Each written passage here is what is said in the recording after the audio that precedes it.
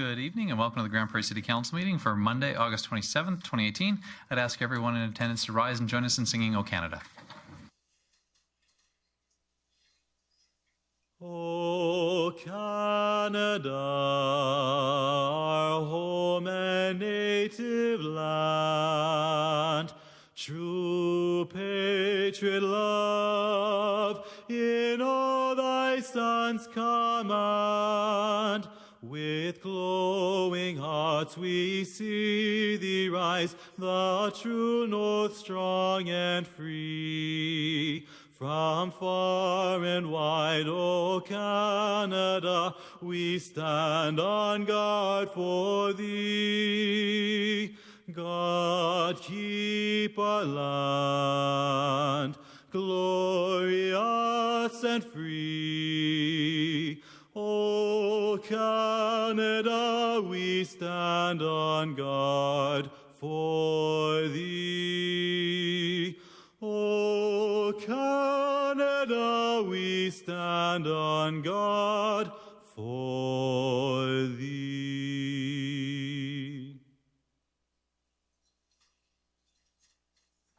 Thank you to the National Film Board for the images of our country and to alumni from our very own Grande Prairie Boys Choir for the audio. We'll move into our agenda and we'll start off with an adoption of the previous council meeting minutes. Can I have a motion to adopt that set of minutes, please? Councillor Thiessen. Thank you, Mayor Given. I would move that City Council approve the minutes from our last meeting held Monday, August 13th. Thanks very much, Councillor Thiessen. Is there any discussion or debate, any errors or omissions that we need to correct before we adopt those minutes? Not seeing anyone ringing in, then I will call for the vote. Please vote. Thank you. That motion carries, and that'll bring us to the adoption of the agenda. Councillor Bressie. Thank you, Mayor Given. I would move the Council adopt the agenda as presented. Okay, thanks very much, Councillor Bressie. Any discussion or debate on the agenda? Again, seeing none, I will call for the vote. Please vote. Thank you. That motion carries as well, and that brings us to the delegation portion of our agenda, an opportunity that we have at every regular City Council meeting for anyone in the community to come forward and address Council on any community-related matter. We do have some delegations that let us know ahead of time that they'd like to present, and so we'll start with them. And then if there are others that weren't able to be on the agenda this evening ahead of time, that's fine. We're still happy to have you, and we'll make sure to give you an opportunity to come forward as well. But our first delegation listed in our agenda is 5.1 was Mr. Codry from Fire and Flower with respect to cannabis retail licensing. Is Mr. Codry here? Welcome. If you'll just come up to the microphone, introduce yourself, make sure one of the mics is pointing sort of towards your face, your mouth, and the general direction. They're generally pretty sensitive and should be able to pick you up. Yeah, my name's Suhail Corey. Please have a seat, Mr. Corey. I'm with Fire and Flower. On behalf of Fire and Flower, I'd like to extend my sincere appreciation for the City of Grande Prairie, City Council, Mr. Mayor, and members of the entire cannabis planning team.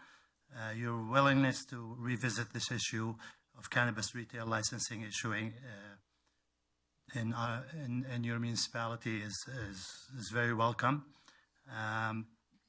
We at Fire Flower, we would like to have certain recommendation. We sent it. I actually already emailed it, but I'd like to read it out.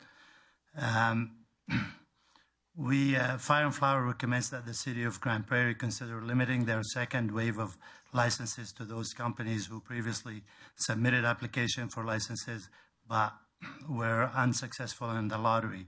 There are a number of reasons for this. These companies have previously engaged in real estate ventures in Grande Prairie and likely have already acquired, purchased, or leased properties. This is both significant monetary investment in the region and an opportunity to ensure Grande Prairie has enough retail operations open, ready for October 17 to meet the consumer demand, as these organizations already have established retail space. The companies who had applied for the first lottery likely already have AGLC application underway. Again, this is a significant monetary investment on the part of the prospective retailers and an opportunity for Grande Prairie to expedite the process for establishing licensed open locations on October 17. It is for the above reasons that Fire and Flower recommends the City of Grande Prairie not open the next wave of licenses to organizations that had not previously applied for the license in the lottery. The companies who had engaged with the process had already leaps and bounds ahead of the organization who might enter the process should the next wave of licensing be open beyond those existing applications. Fire and Flower also recommend that another lottery not take place, but rather than the City of Grande Prairie only consider companies with previous submitted application. This will ensure a streamlined process of these applicants based on secured locations and competence of the organization. Finally, Fire and Flower recommends that the number of additional licenses that will be open aligned with regulations set around the number of liquor stores that exist in Grande Prairie and other municipalities. This method of determining the number of cannabis licenses available has been common throughout the province, given that both industries are regulated by AGLC. Finally, what we recommend too, that the market will take care of itself. So if we have enough licenses in the city, so it's not like the biggest argument then is like too many stores, but eventually the market will decide how many stores that will stay standing in the long term. This is all the recommendation we have, and I thank you for your time. I appreciate it. Okay, thanks, Mr. Corey. We do ask any presenter to stay, and if there are any questions from council for the delegation. I don't see anybody ringing in, Mr. Corey, so we'd just like to make sure, and so everybody else is on notice. Council does get a chance to ask any questions if they wish. Thank you very much for being here this evening.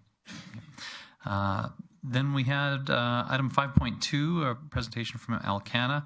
I think we have a copy of a letter in our package, and I think this delegation the letter was what they had intended to present, so that was copied there, which is a letter asking for no change to the regulations the council has previously approved. So that saves us a bit of time. We can move on to 5.3 and Mr. Dombrova with Canna Culture. Mr. Dombrova, if you'd like to come up and if you can introduce yourself and anybody that's with you. And I think you had a handout for council, and we've all received that.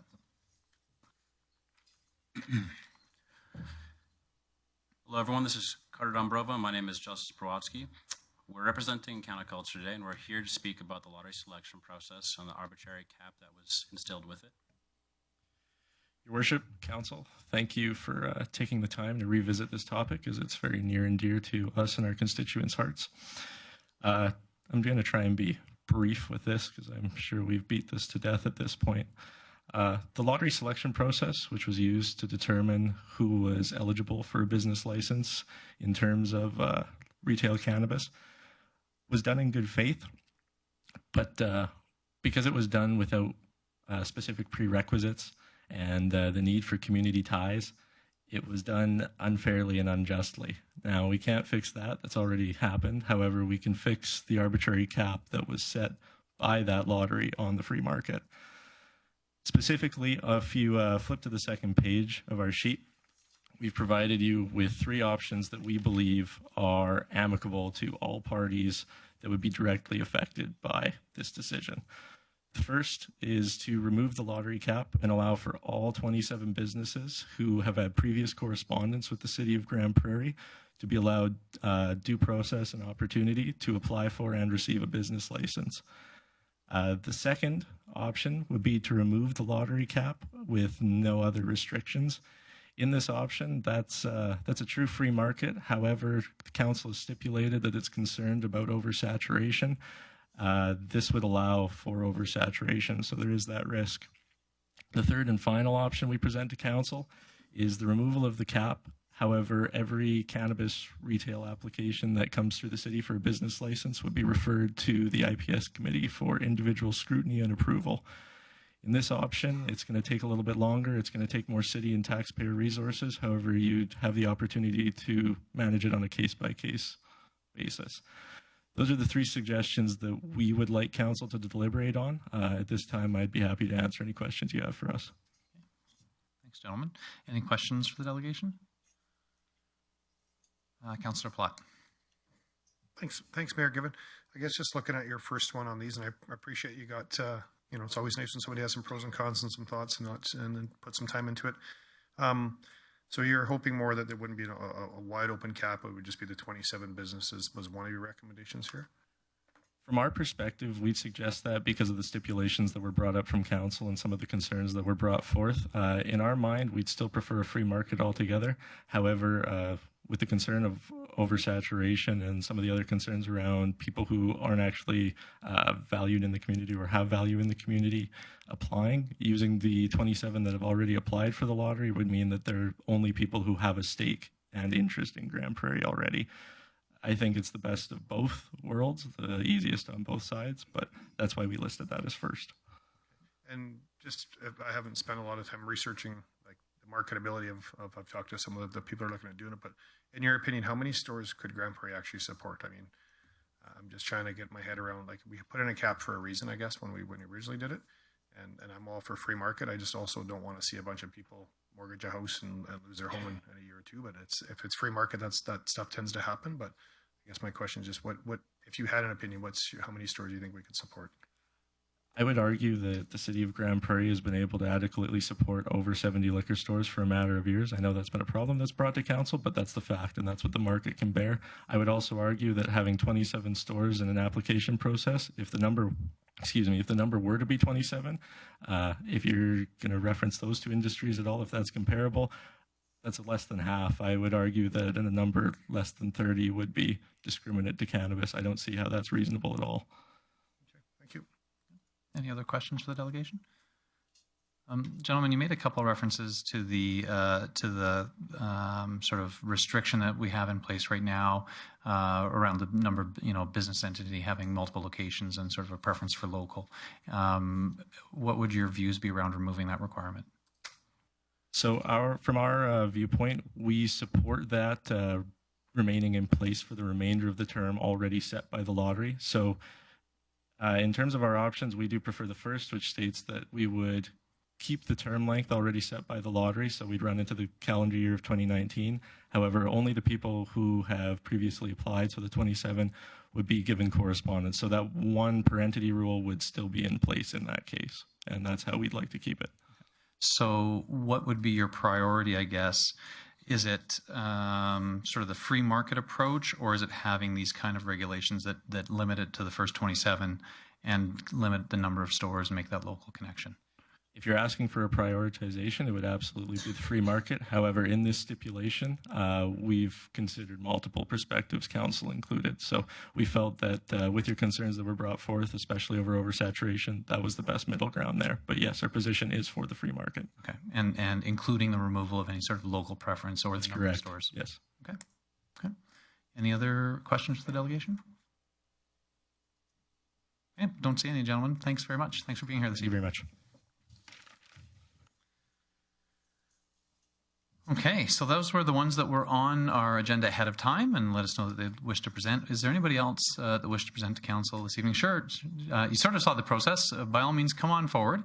All you have to do is introduce yourself, just your first and last name, and make a presentation. We like to typically keep them to about 5 minutes. You've sort of seen how it's gone, and I'll give council a chance to ask any questions if they might have some. But by all means, have a seat and make yourself comfortable. Welcome. Is that good? That's good, eh? Yeah, absolutely. All right, my name is Troy Johnson, and thanks for having me. I am here as a representative of the Avondale Neighborhood Association. I take these off, you guys are too close.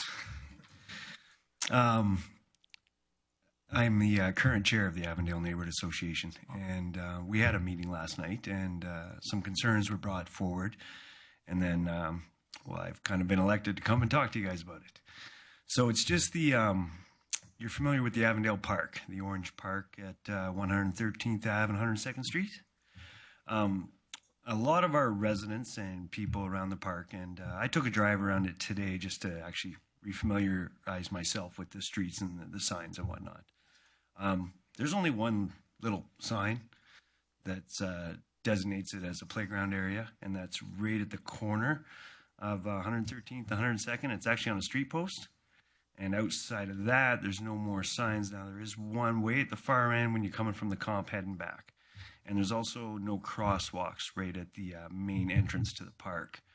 And, well, we know that people speed a lot in that. It's a very busy park. There's always kids coming and going, people coming and going. And, well, we would like to see something more, I guess is how you'd say, like a crosswalk maybe. And if that sign was maybe moved to its own post, so it stood out more, because it kind of melds into the city post there and you don't really notice it. And I think that's about it. Yeah, so you did well. Good job. Thanks very much. Has the association discussed this in any other way or communicated with the city in any other way? Do you know? I believe it's been brought up in the past, from what I've been informed. Okay. But I'm not sure when that was or whatnot. There is a gentleman behind me that may know back there, but you got volunteered to come up. Yeah, well, I am the current chair, so I guess it's my responsibility. No, that's great. Thanks very much, Troy. Like I say, you did a good job. Any questions for the delegation? I don't see anything, Troy. I don't see anybody ring in. So the most likely, so in our agendas, delegation business, council will sort of deal with delegation business at the end of the agenda. You're more than welcome to stick around and watch and see what council does.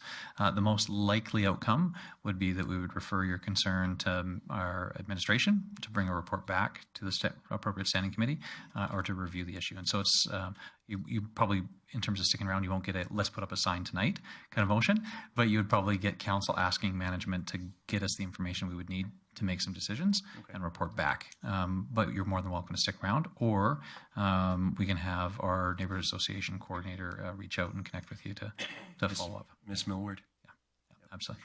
Okay. Good. Well, I don't see anybody in the queue. Like I said, Troy, you did a great job for getting volunteered to be the guy up here. You represented your neighborhood well. As long as it's quick to the point. Great. Thanks very much. Was there anyone else who wished to come forward and present to council on any? Yep. Well, so we'll start at the front here, sure, sir, and then we'll move to the back. Welcome. Hi there. I'm Levon Pearson with Spirit Leaf. I've been here a few times now. I'm here today once again to voice my concerns about the cannabis license cap. I obviously don't agree with the license cap. It's a free market, and I feel the city has overreached its municipal duty by imposing such a cap. I'm saying this because Grande Prairie is the only municipality to impose a cap on the free market. By eliminating the legal market, you're giving the black market room to exist, which goes against one of the major goals of legalization. Another issue for me was I feel like the lottery, this whole process was flawed, starting from the lack of criteria in order to apply for the lottery, in turn ending up with 27 applications when the city was estimating roughly 15 off the AGLC list at the time. And then on top of that, the lottery itself, how there was envelopes stuck in the barrel until over half the lottery before it was rectified, and even then nothing was really done about it. Until the process now where, to the best of my knowledge, 2 locations have been denied and 3 others have yet to find a location. Is that correct? So saying that the license conditions was a physical store a location must exist for a license to be issued, and the lottery winner must apply to the AGLC within 30 days of the business license, which I assume was 30 days after the lottery. So having said that, how are they still in the mix when they don't have a location, in turn have a processed AGLC application, and have nothing at stake? Well, there is businesses like myself who have investments in signed leases, and I have AGLC due diligence approval since the beginning of June, and now to be put on the back burner in favor of businesses less prepared is really disheartening. And I would like to see the cap lifted entirely, because I do believe in a free market. Having said that, if it doesn't go that route, I'd like to see additional license issued to businesses who have all the approvals in place and locations that apply with the bylaws. So, and my location was in compliance with the original overlay map. So. Thanks very much, Mr. Pearson. Any questions for the delegation? I don't see. Oh, Councillor Thiessen. Thanks for coming in and bringing in your concerns about lottery and stuff. Are you still engaged in that lease, or did you have to? I am, yeah. Okay, thank you. Thanks, Councillor Thiessen. I don't see anybody else I'll just ask a similar question that I asked one of the other presenters. So in terms of the regulations that the city set, there's the limitation on no more than one license per business entity. And so I just wanted to confirm, is that something that you're in support of or you're opposed to? I was in support of what the Canaculture guys suggested with the first year, one entity per license. But after that, I do believe in the free market and it's fair game. Okay. So just to be clear, the free market after 1 year? Yes. Okay. Well, ideally, I'd like the free market from the get-go, but if it does come to that, if you guys want to keep that in place, I'd like to see the free market after a year. Okay. Okay. Thank you. Any other questions to the delegation? I don't see anybody ring in. Thanks very much for being here, Mr. Pearson. Okay. So we'll work our way to the back corner of the room there. Yes, ma'am.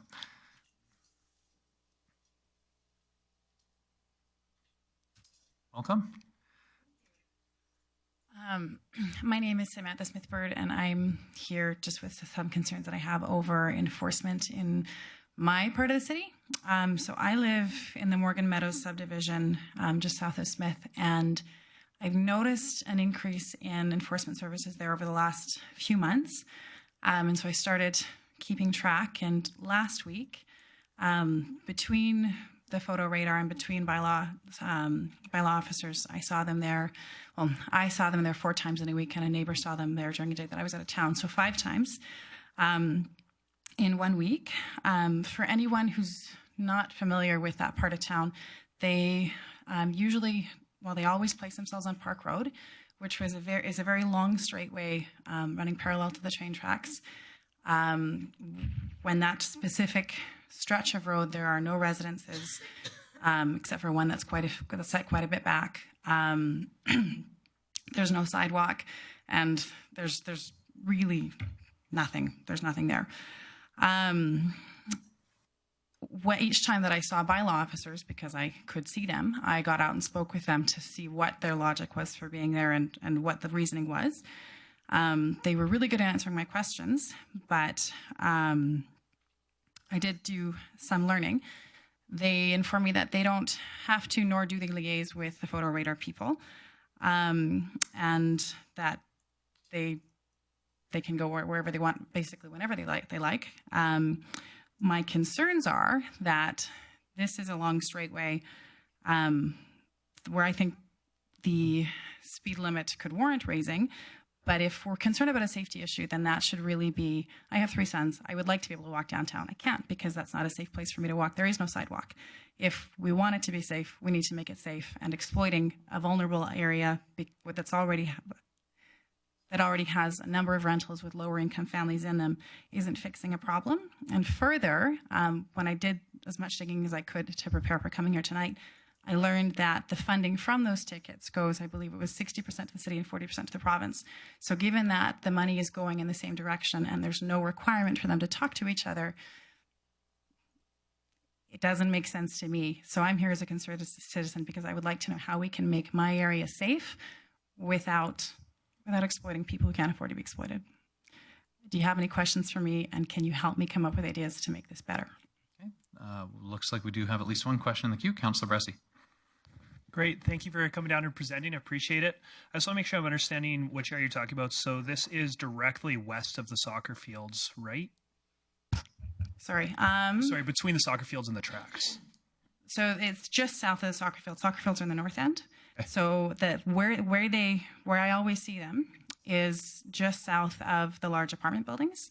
So between the apartment buildings and Joan Crossing, which is probably a 700-meter straight stretch of road, where there's nothing there. Cool. Apologies for on my phone. I'm on the map. That's why I'm on my phone right now. Oh, no worries. You notice no that? worries. I was on it beforehand. What's the speed limit there? It's 50. Okay. Yeah. So I have called and requested that either be raised or a sidewalk be put in, because I think it should be one or the other if we are concerned about safety. Yeah. But issuing continual tickets, I don't think is fixing anything. Right. And then besides the sidewalk, are there any other improvements you think would go well there that you'd like to see there, or any other? None that I can think of. I have 3 children. I would love to. I don't live far from downtown, but I don't feel safe to walk there. So I'd love to be able to if there was a sidewalk. But yeah, I would love to see better communication between 2 entities that I think should be already communicating, given that they're providing virtually the same service. And that's about it. Cool. Thank you. Thank you. Okay. Any other questions for the delegation? Don't see anybody in the queue. Again, Ms. Bird, Smith Bird, you saw that this is something we deal with towards the end of our agenda. Obviously, our cannabis-related matters will be dealt with at a different point. But your concern and the Avondale concern would both be towards the end of the agenda. Thank you. And if I can add something that I forgot to mention, when I tried to reach out to Bylaw to get some learning, they were very difficult to reach, and I wasn't able to until I put in a delegation request form, and they did contact me. But my neighbor did call, and when he called, he was told to shut up and then was hung up on 8 times. So this information not only is difficult to get as a citizen, but when we're reaching for it,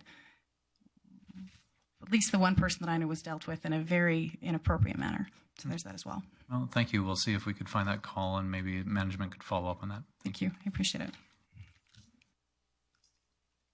I don't see anybody else in the queue. Was there anybody else that wished to address council on any community-related matter? Sure. Gentlemen, if you'd like to come forward.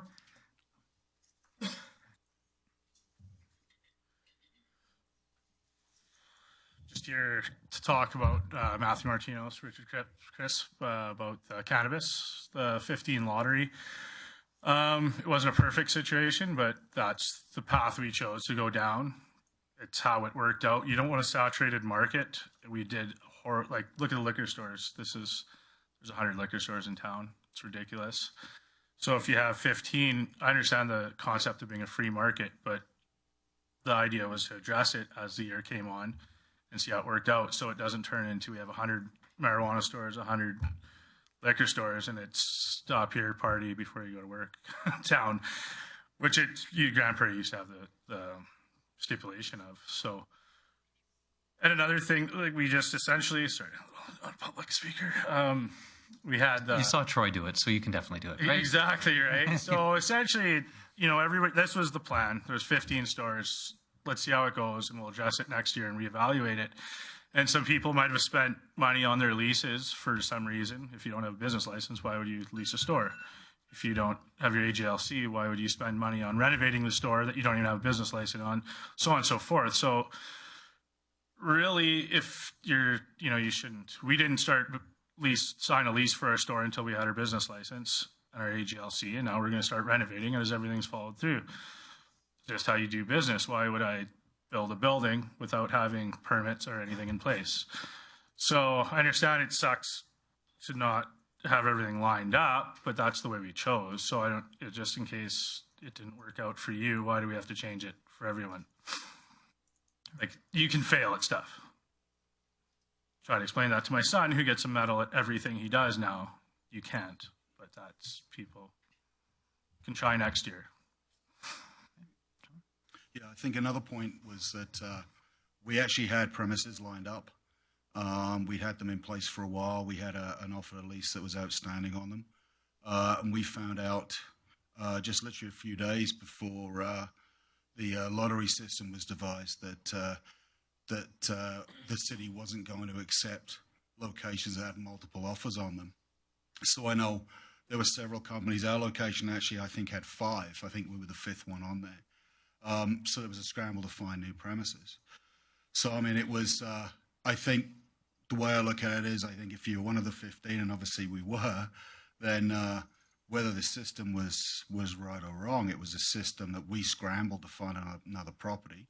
We've got it. It's more expensive. It's larger than we needed.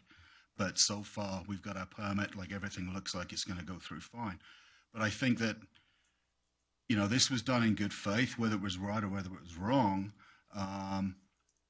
We we paid our money and took our choice, just like everybody else did. So we could either have been on one of the 12 that didn't make it, or one of the 15 that did. And I know a lot of people have put a lot of. It's been tough to find suitable premises within the city because of the restrictions that are in place. It's been very difficult. So, as well, if you're going to open more business licenses, then I would like a second location. So we should just open it right up. So just to clarify, if we're going to change anything, just go free market. And so the question is, if there was more than 15 business licenses available, would those that received one in the first go around have an opportunity to be in again? Yeah, I'd like to go back in the lottery and open a second location. Okay. And then if Liquor Depot pushes all the small guys out, well, we all fail. Okay. Thanks, gentlemen. Any questions for the delegation? I don't see anybody. Oh, so I do actually. Councillor Bressie. Thank you. We heard from, there's a letter in our agenda package actually from a company saying, hey, we won a license and we did our business planning assuming there wouldn't be more than these 15 given out. But I haven't had anybody explain to me what they would have done differently if it would have been completely open market from the beginning. Could you educate me a little bit about that? Well, that was another point. If I wasn't so nervous, I would have had whatever, ripped up my list. You're doing fine. But, yeah, so our projected business sales, we just went off like Victoria, because really how do we make a business plan when I don't even know how much it costs. Really, so we just projected it, and then once we were only allowed 15 business licenses, we essentially cut everything in half and narrowed it down, and then we scaled down, so we didn't have to, if we had 2 locations, then we could do more business. Yeah, if you're, if we plan to make $50,000 a month per se, and now there's going to be 50 stores in town, well, I've got, $30,000 invested in this so far. Maybe I probably wouldn't even open a store if you'll just have giants come in and squish the little guys, which I thought was great. Why you guys giving us the opportunity, one business entity, but if not, then people just don't complain and get their way. I think the other thing too is with the lack of real estate that's available, I think those companies that have premises that are suitable to be turned into cannabis retail, they obviously have the upper hand because they've already got something regardless of what they're selling in there right now. But I think those who didn't have that and the premises were not suitable and have had to look, that's been tough actually to find suitable rates. Yeah, for instance, at the Giant Tiger location, there's a couple of spots that people are getting, but if Solo Liquor gets, they'll push because they're an anchor store. Walmart, Westgate Plaza's got an anchor store saying the Liquor Depot. They're already there. They won't even talk to a local unless we're going to open 30 stores Alberta wide. So those big chains, once they come in, are just going to put their anchor stores because they have so much pull in a metropolis like Edmonton, Vancouver, and they'll just come in and push it. So that's what I'm saying. If you go total free market, good luck. You might have that 5 or 6 niche small town stores, but you could throw everything else out. My opinion. Okay. Any other questions to the delegation? See any, so just, and I mean, I think it is pretty clear, but just for clarity, so you're in support of maintaining the 15 cap for this year. It's what we agreed on. Everybody dealt with it, and then because you didn't win, now we have to change everything. Okay. I get it. Sucks, but yeah, and then next year, let's reevaluate it. Maybe these stores are going to have lineups outside of them. Maybe nobody wants as much pot as we feel they need. That we could adjust it in a year and see where to go. I don't know. Okay, thanks very much, gentlemen. Again, I don't see anybody else in the queue for questions. Thanks very much for being here this evening. Thanks for your time, guys. Any other presentations for council? Anybody else that wish to make a presentation to council on any community-related matter? Okay, I don't see anybody else coming forward. So that being the case, we'll close our delegation portion of our agenda and we will move on. We don't have any public hearings this evening. We do have one item of unfinished business, and that's item 7.1 with respect to borrowing bylaw C 1385 downtown rehabilitation and streetscape upgrade phase 3. We're here for a motion for third and final reading of that borrowing bylaw. Councillor Minhas. Thank you very much, Mayor Given. I'll give the council give the second reading to bylaw C 1385, being the borrowing bylaw for the downtown rehabilitation and street caps upgrade. Okay, thanks very much, Councillor Minhas. Phase 3. Thank you very much. Any discussion or debate on second reading of this bylaw? The first reading was a number of months ago. Any discussion or debate? Seeing none, then I will call for the vote. Please vote. Thank you. That motion carries. Councillor Minhas. I gave the third reading bylaw C 1385, being the borrowing bylaw for downtown rehabilitation and street cap upgrade phase 3. Okay, thanks very much, Councillor Minhas. Open for discussion debate. I see Councillor Thiessen. Thank you very much. I think I've been nothing but consistent on this vote, so I'm glad to see that everyone is as consistent as I am. I just want to use this time right now to just illustrate the fact that we are getting close to a 4-year budget. And with this downtown and the costs that have escalated over time over the first 3 phases, I think we kind of backed ourselves into a corner here. Now we're forced to borrow, but we're borrowing for roads, which perhaps could be an investment for the future. But I like to move forward in the future without having to borrow for our streets and our bridges. And I do think that if we're going to continue with this downtown project moving forward in the future, that we should really come together as a council and take a look at how fast we want this to get done, whether or not we think the course is right to continue to borrow for this road. Perhaps it's time to take a pause and to have some more further negotiations with Aquaterra and dealing with the underground water pipes that we are replacing. I thank you, Aquaterra, for chipping in $3 million or so this year for that. But I really think that this council, we have an opportunity come the fall to really set what our priorities are and how we want to spend our money moving forward in the future. So my vote will continue to be no unless we have a bona fide plan that is not going to cost our taxpayers money or future taxpayers money. So that's why my vote has always been no, will continue to be no, and I hope that we can move forward and actually develop a good plan to make our downtown the greatest place to hang out in Grande Prairie. Thank you. Thanks, Councillor Thiessen. I see Councillor Bressie. Thank you, Mayor Given, and thank you, Councillor Thiessen. I appreciate everything you're saying there. I know it's going to be a hard sell for me to go forward with future phases right away without waiting to see how this works and without some of those negotiations happening. That being said, I'd point out that we've already had a debate on whether or not to do downtown and how to fund it. And a lot of work's been going on down there, millions and millions and millions and millions of dollars there. And right now what we're really debating is how do we pay for it? I don't think it's an option not to pay for it. And I don't think it's an option to look at the organization and say, hey, we're all of a sudden cutting $12 million of spending elsewhere so that we can cover this bill we've already got. So I share hesitation about future phases. I think that we do need to rethink how we're doing this going forward, but it's not an option not to pay our bills. And I think that we've already made this decision. So I will continue to vote yes for this. Thanks, Councillor Bressie. Councillor Platt. Thanks, Mayor Given. I guess I'm inclined to think with Councillor Thiessen on this. It's disappointing to me that for $60 to $70 million in capital spending that we typically do in a year, that we're borrowing for such a high infrastructure project. I would certainly hope in the future, if we're going to be looking at these size of projects, that we're setting the right money aside for that, and maybe prioritizing what our capital project should be as we're heading into budget. It's disappointing, I think, to the community that we're going to borrow this kind of money for something that's roads. And to Councillor Thiessen's point, I just don't think it's acceptable to the community in person. That's why I wouldn't support it. I'm not saying you don't pay your bills. You always want to pay your bills, but I think there's other opportunities. Maybe we could look at reserve funds or other things so that this isn't a future burden that we're putting on our debt for a long time. So that's why I won't be supporting any more further capital projects that would go to debt.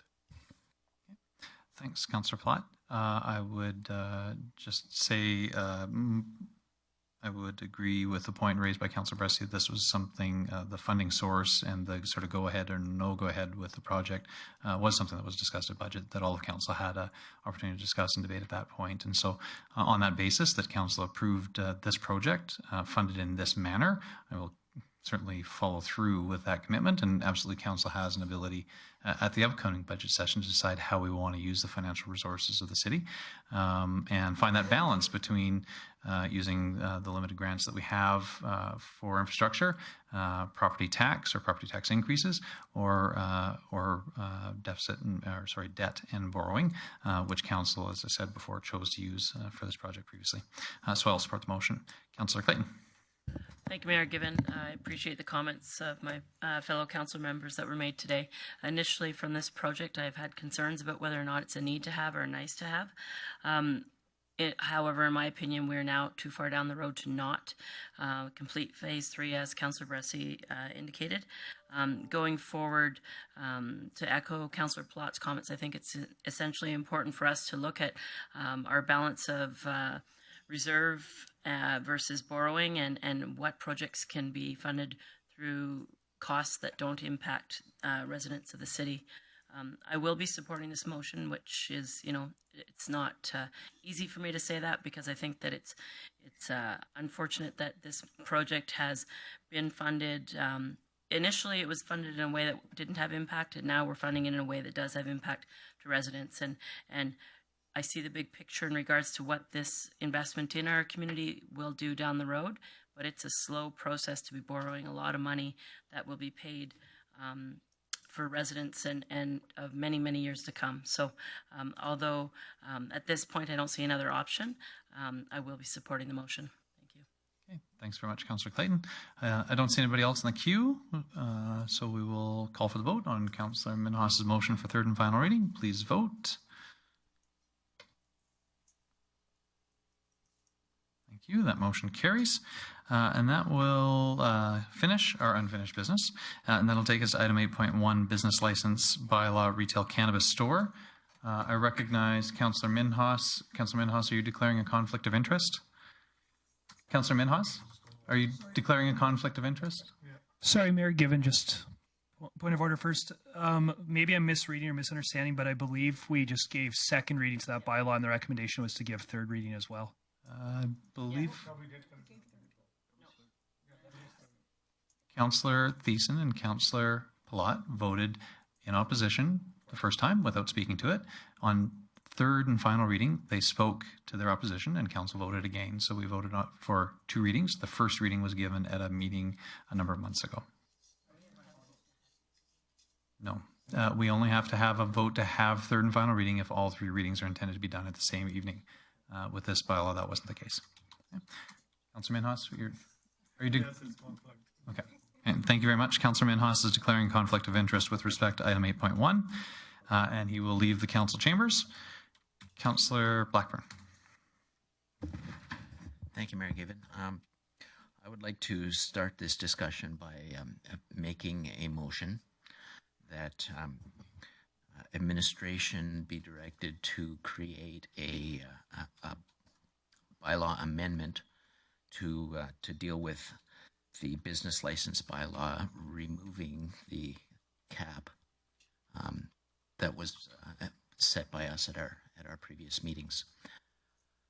And then I'd like to speak to it for a moment, if I may. Sure. So just clarify your motion. Your motion is to direct management to bring forward an amendment to the business license bylaw to remove the cap on cannabis retail locations. That's right. Yeah. Yes. And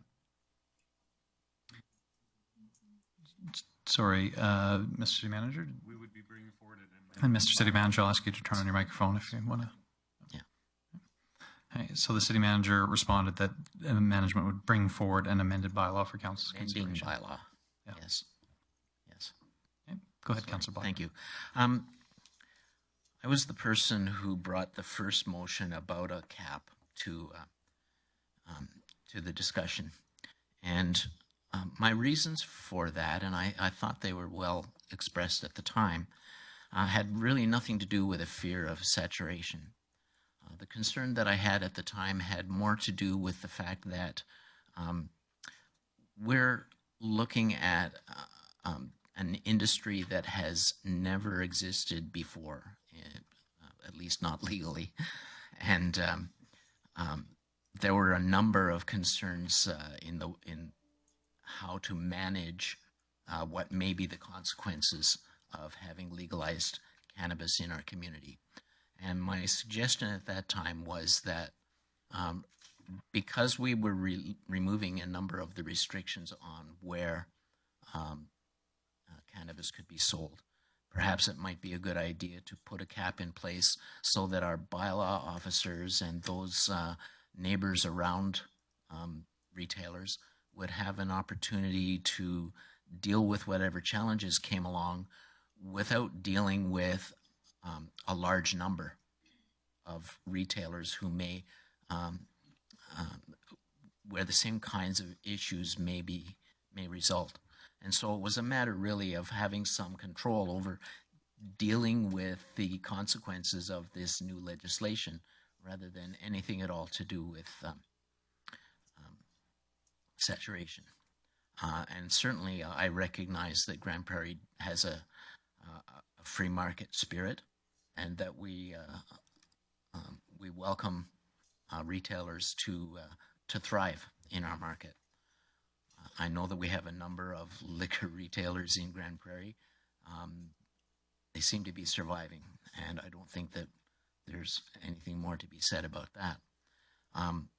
The one thing further that I will mention, though, about the cap is why I feel it's important to revisit it, and that is that at the time that this suggestion was made, I was less than fully informed about the consequences that putting that cap in place may have on individuals and companies that may end up with a stranded investment as a result of the cap being put in place partway through their process.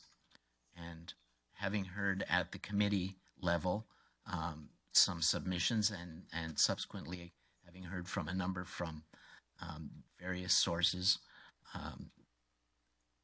I don't feel that it's fair that we have a cap in place in a free market system. And so I would urge people to support the motion. Okay. Thanks very much, Councillor Blackburn. I see Councillor Palat in the queue. Thanks, Mayor Given. I have to say to Councillor Blackburn, it's not often that people do a 180 in their thinking, and so I appreciate that you've actually completely done that with what it started with. So, and I would be supporting the motion, so I appreciate putting it forward. I have a question for administration, if that's all right, Mayor Given. I guess my question is just more, maybe for my own understanding. There's been a lot of concerns about the ALGC or AGLC not being required as part of the permitting or the application process when we did the lottery. Would it be able to speak to that, maybe, Mr. Manuel? Mr. Manuel? Yep, absolutely. So, following the introduction of the cap into the bylaw, administration had a 3-week period where we did an intake to get a timely lottery result so the businesses could move forward. With that said, up until June 18th, 2018, when Council passed their regulatory regime municipally for cannabis, any potential retailer that had taken steps to secure locations or advance their business prior to that date were doing so solely at the applicant's risk. So it had been prudent for other investors and businesses interested in this market to take a conservative approach and wait for the municipality to form its position ahead of making those decisions themselves. So administration was not prepared to punish those folks that took the diligence to wait, even if it may have set them behind the 8 ball compared to potential other retailers. That said, it also costs in excess of $3,000, or costs $3,000 to apply to AGLC for a retail cannabis license. To make, in this case, what ended up being 27 applicants pay $3,000 when 15 of them were only possible to be selected seemed unreasonable to administration at that time. So certainly there was some qualifying parameters. AGLC permits changes in location, just like the city has allowed changes in location that were, frankly, for circumstances out of the retailer's control. The city has, to get into the lottery, people had to submit locations. That is correct. They had to have a right to occupy to process a development permit. Some of the lottery entries drawn were within buffer zones of one another that required them to change locations depending on their order of selection. And the same thing will continue development permit wise. Even if there is no cap in place, some retailers, frankly, will likely have to find different locations because they will be in conflict with those that came ahead of them. And so even if the cap is removed, the existing process as far as determining place and order for development permitting process will have to remain as a means to establishing whose permit gets processed first, and ultimately decisions like the IPS committee for discretionary use and whatnot all influence the timelines related to that. Thank you. Thanks, Councillor Platt. Councillor Friesen. Thank you. I just have a question perhaps for administration. We had the requirement of one license per business entity in our initial bylaw, can we remove a cap and retain that requirement? Mr. Manuel?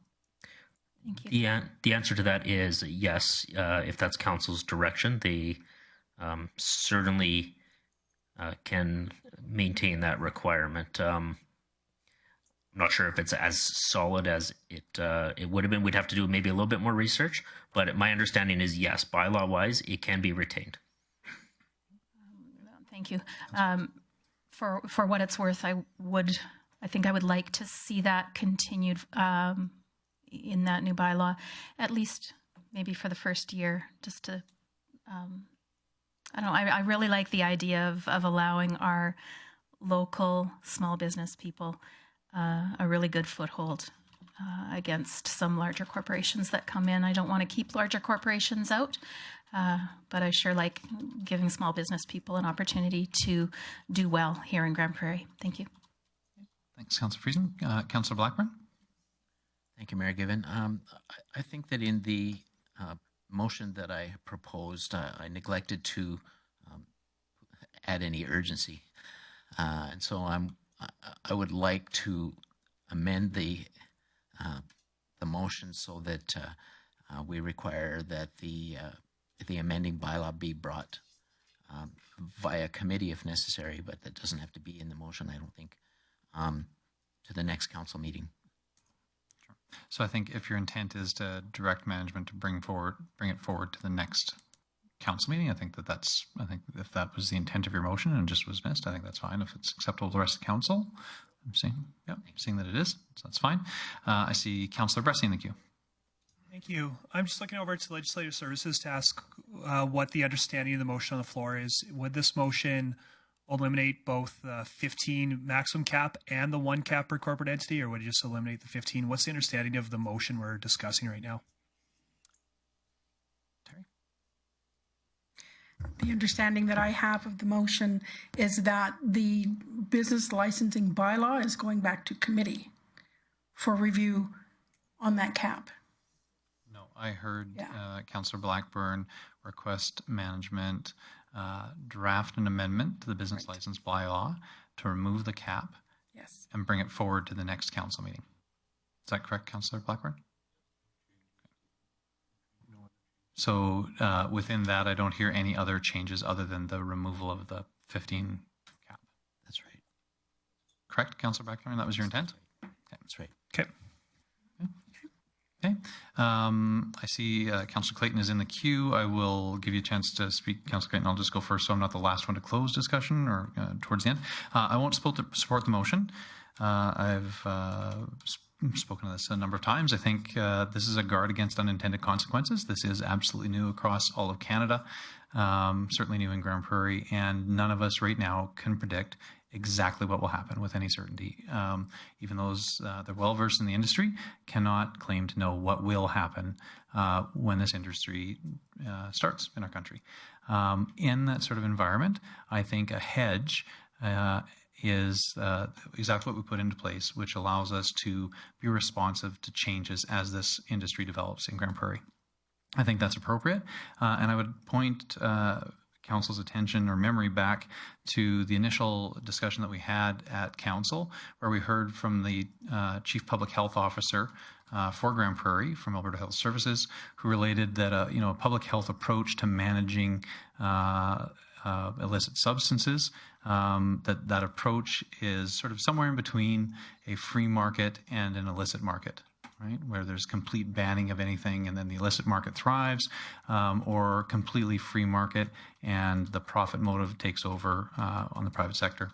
And so I would encourage Council to think about that advice that we received from healthcare practitioners, and again, to give us some room to mitigate against unintended consequences. The other thing that I would say is, if Council feels that supporting a free market approach is that ideologically that's the right thing to do, then I would beg the question of why we would support trying to give a leg up to local businesses. Because certainly the free market says that if a major international retailer wants to come and set up in your community and it's a free market approach, then they come and set up and you let them. So I'm not sure that ideologically we can have it both ways here. And in any case, I am happy to see this market develop in Grande Prairie, would like to see it mature over time. I would like us to have some tools at our disposal in case something that we didn't expect happens down the road. And I think with the removal of the cap, we have few, if any, tools at our disposal. So I won't be supporting the motion today to ask for that review or change. And then, of course, when it comes back, I also wouldn't support it there. I see Councillor Clayton. Thank you, Mayor. Given this wasn't to speak necessarily in support of the motion, it was more in regards to the content of the motion.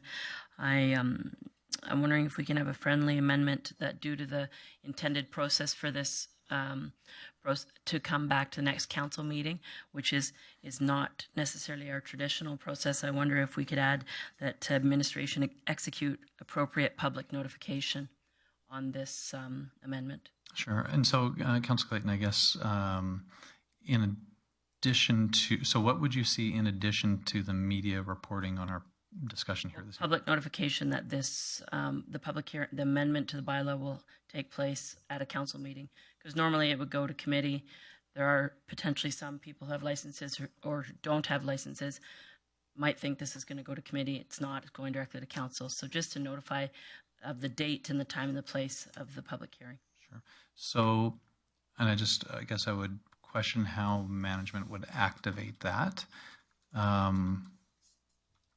Mr. City Manager, how would you see management doing that for a development permit that's place-based? We'd erect a sign on the property. Under the legislation, we're required to do certain notifications through the newspaper. So how would management activate a public notification in this instance? My manager of communications or chief of staff is in the room in case we want proper elaboration, Mr. Mayor, but I believe we could do a public notice process and a media release to the media so that the intent, the wording of what council would desire to go out as proper public notice would at least be initiated by us. It would still be up to the media to carry it any way that they wanted, but we would make sure the facts are clear. And is that something that you'd need a motion to do, or is that something management would do as a matter of course? If it's clear that council would want this to occur, and particularly in the absence of this going to committee, we don't need a motion to make that happen. Okay. So, Councillor Clayton, would you be comfortable with that if management can act on that? If the motion passes, obviously they do to prepare some communications with respect to that to ensure that the public's aware of the proposed change. If there's no one else in the queue, can I speak to the motion? There absolutely are people in the queue, but you didn't use up your time, so by all means. Thanks.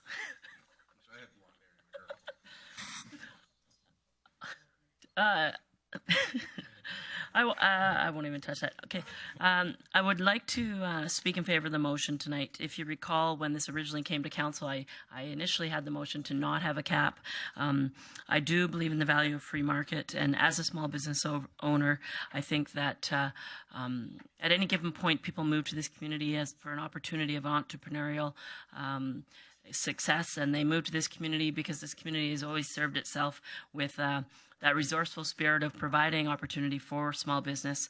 I think that at that point we negotiated numbers and negotiated to a place where the majority of council was comfortable. However, I've always been in favor of no cap. I'm actually impartial to the one per person or unlimited per person. So I'm comfortable leaving it as it is. I do think that provided the proximity limitations that are currently in the bylaw, that there will be not as many locations available, and we will see probably not a lot more licenses than are currently have been provided from administration. I don't think we're going to see a lot more, maybe 20 stores maximum out there, even with an unlimited number of licenses, based on the proximities to schools and health stores, and 3 stores within a certain radius. So I think that this is a good motion. I think that we've listened to industry, we've listened to the residents of Grande Prairie, and ultimately this is an opportunity for us to get into an industry that, albeit unknown in many sort of aspects of it. It is an industry that all levels of government are involved in, and therefore I think that any decisions that council make are only going to lend an opportunity to growing our region and growing what this retail hub provides to the Peace Country. So I do support the motion and look forward to discussing this further down the road and seeing how it plays out in our community. So thank you. Thanks, Councillor Clayton. Councillor O'Toole.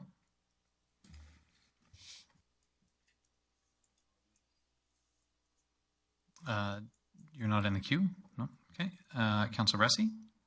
Great. Thank you, Mayor Given. I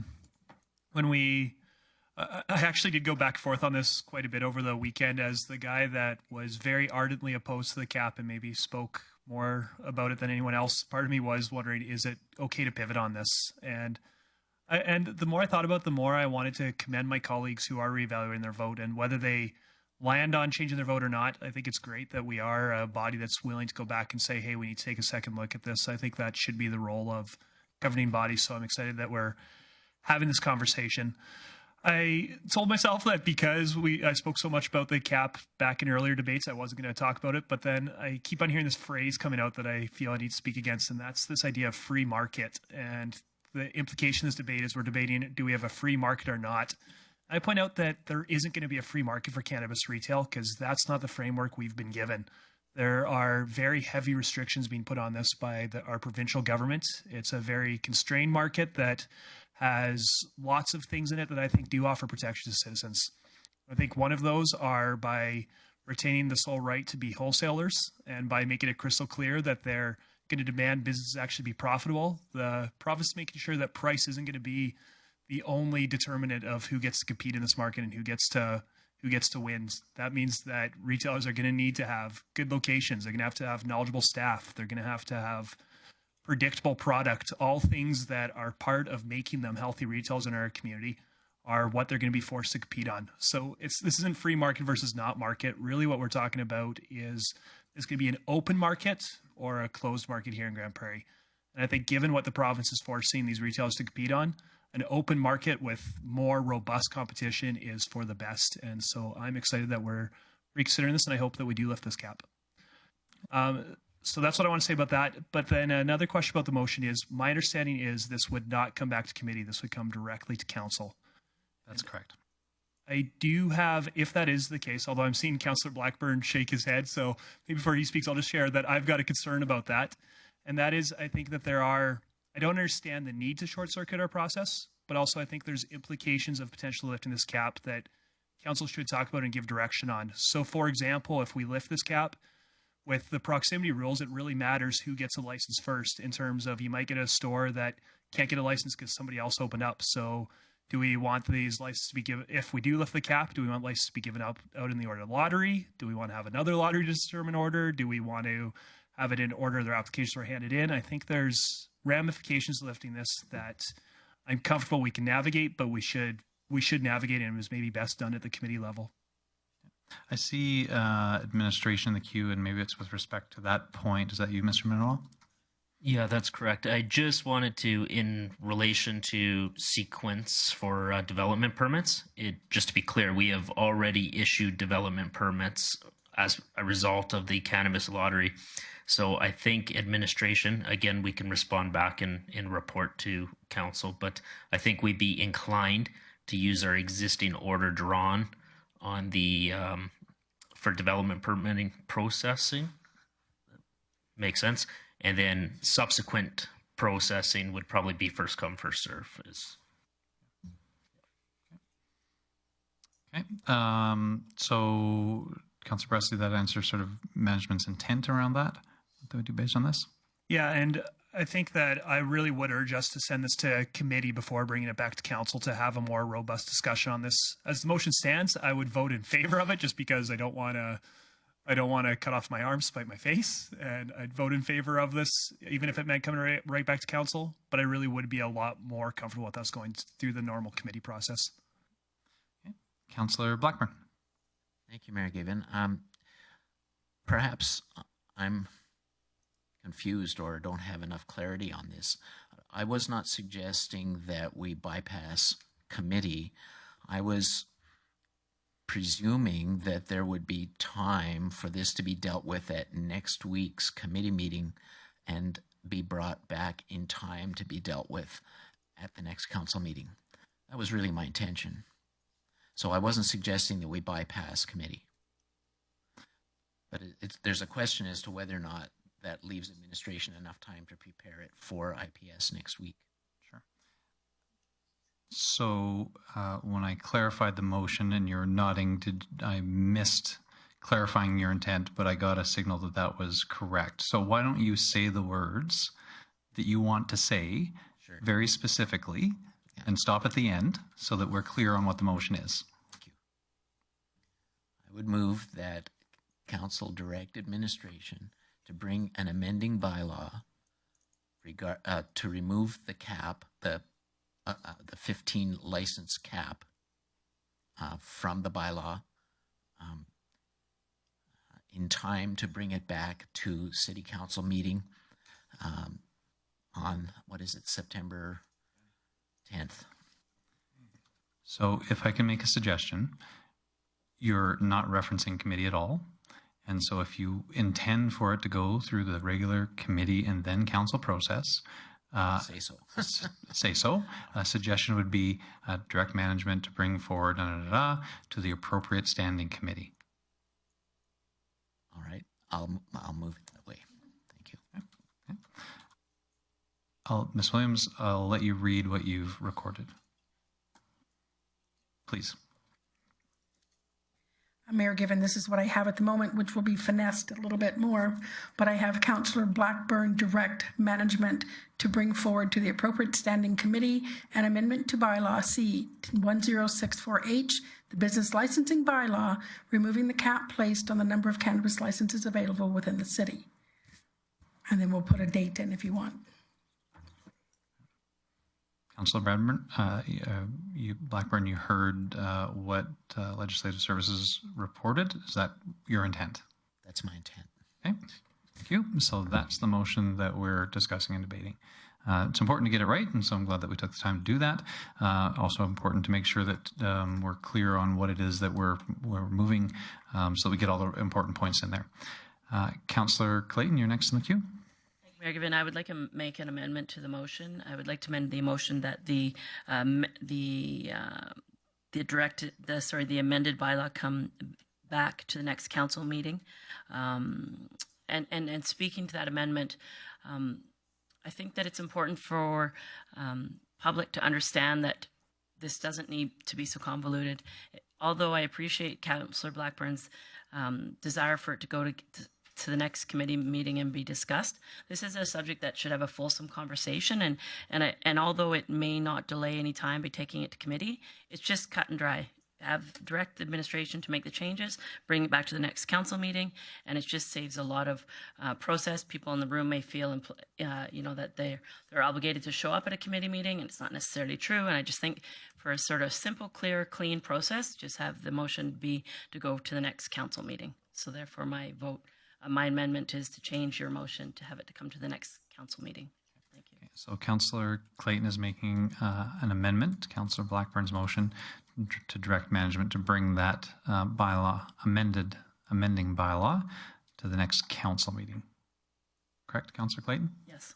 Okay, so that motion is open for discussion and debate, because really we're talking about the timing of and sort of place where it lands first.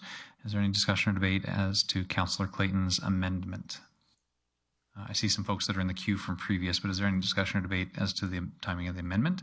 Okay, so we will go through, I'm going to skip through a bunch of people, and the camera is going to jump all around, but I'm going to go to Councillor Thiessen. Thank you, Mayor Given. I will be supporting Councillor Clayton's amendment. I agree that this is a conversation that needs to happen amongst all of councillors, rather than just the few that would be at the committee. And I think we all saw and remember well what happened when the original bylaws came through committee and then kind of got completely amended at council anyway. So I think just bringing this simple one forward to council will have the discussion that is robust and fulsome enough to approve or not the bylaw, and I think it requires that at this point. So I will be supporting the amendment. Okay, thanks, Thank you. Councillor Friesen. Councillor Platt. Thanks, Mayor Gibbon. I would support the amendment as presented with Councillor Clayton too. My fear was I'm not on the IPS committee. I wouldn't have a chance to speak to it at that point. I'm confident it would get to council, but if it didn't get to council, it'd be disappointing not to have an opportunity to speak to it. So that's part of my reason that I'd want to see it come straight to council. I can understand process, but I think this one we've talked about lots. I also think there's for me, another one is, there's a lot of people that have been presented here today. We've got lots of letters about it. I think at some point we need to show the community of the business people that are in this space that we're going to put it right to council, and that this is a decision that needs to be borne by this group, not just a committee level. So I would be supporting Councillor Clayton's motion. Okay. Thanks, Councillor Platt. Councillor O'Toole. Yeah, thank you very much, Mayor Gibbon. I also will support this recommendation to take it straight to council for the reasons given above. Thank you. Thank you very much. Councillor Thiessen. Thank you very much, Mayor Gibbon. I'm actually going to speak against the motion, and largely because I like the idea of it going to the IPS committee. And I can do a head count of everyone who said that they're in favor of lifting the cap. We got Councillor Clayton, we got Councillor Friesen, we got Councillor Blackburn, and Mayor Gibbon that all sit on IPS. I'm 100% confident this is going to come back to the next council meeting. If for anything, it's going to be a rubber stamping event at that IPS committee. But what I think taking it to the IPS committee does is it allows us a chance to vet what is presented to us via administration. There's a couple questions that we're talking about here. Are we lifting the cap completely and going free market? Are we doing as recommended, being the 27 applicants who are enlisted in the lottery? Are we just going to make that a cap and then renegotiate that in a year? Are we going to allow more than one business license per business entity? These are things that are going to come to the next council meeting. It's also going to be part of the discussion at the next IPS committee, depending upon what administration picks up what we're throwing down. And if they don't pick up what we're throwing down, then IPS is a great place to vet that and to get a clear motion coming forward to council of which we can discuss and debate the merits of. So for me, I can't support this motion because it seems like a crash, boom, bang, and we're going to do this all over again for the 5th time at a council meeting regarding cannabis. Now, just stating my opinion on it, I'm also in the same boat as Councillor Blackburn, where I'm now feeling a bit flexible about a cap.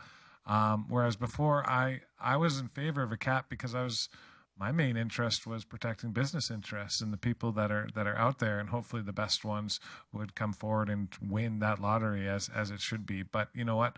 I'm still in favor. I think a 27 may be a saturation point that may be too high. 30 may be too high. 25 may be too high.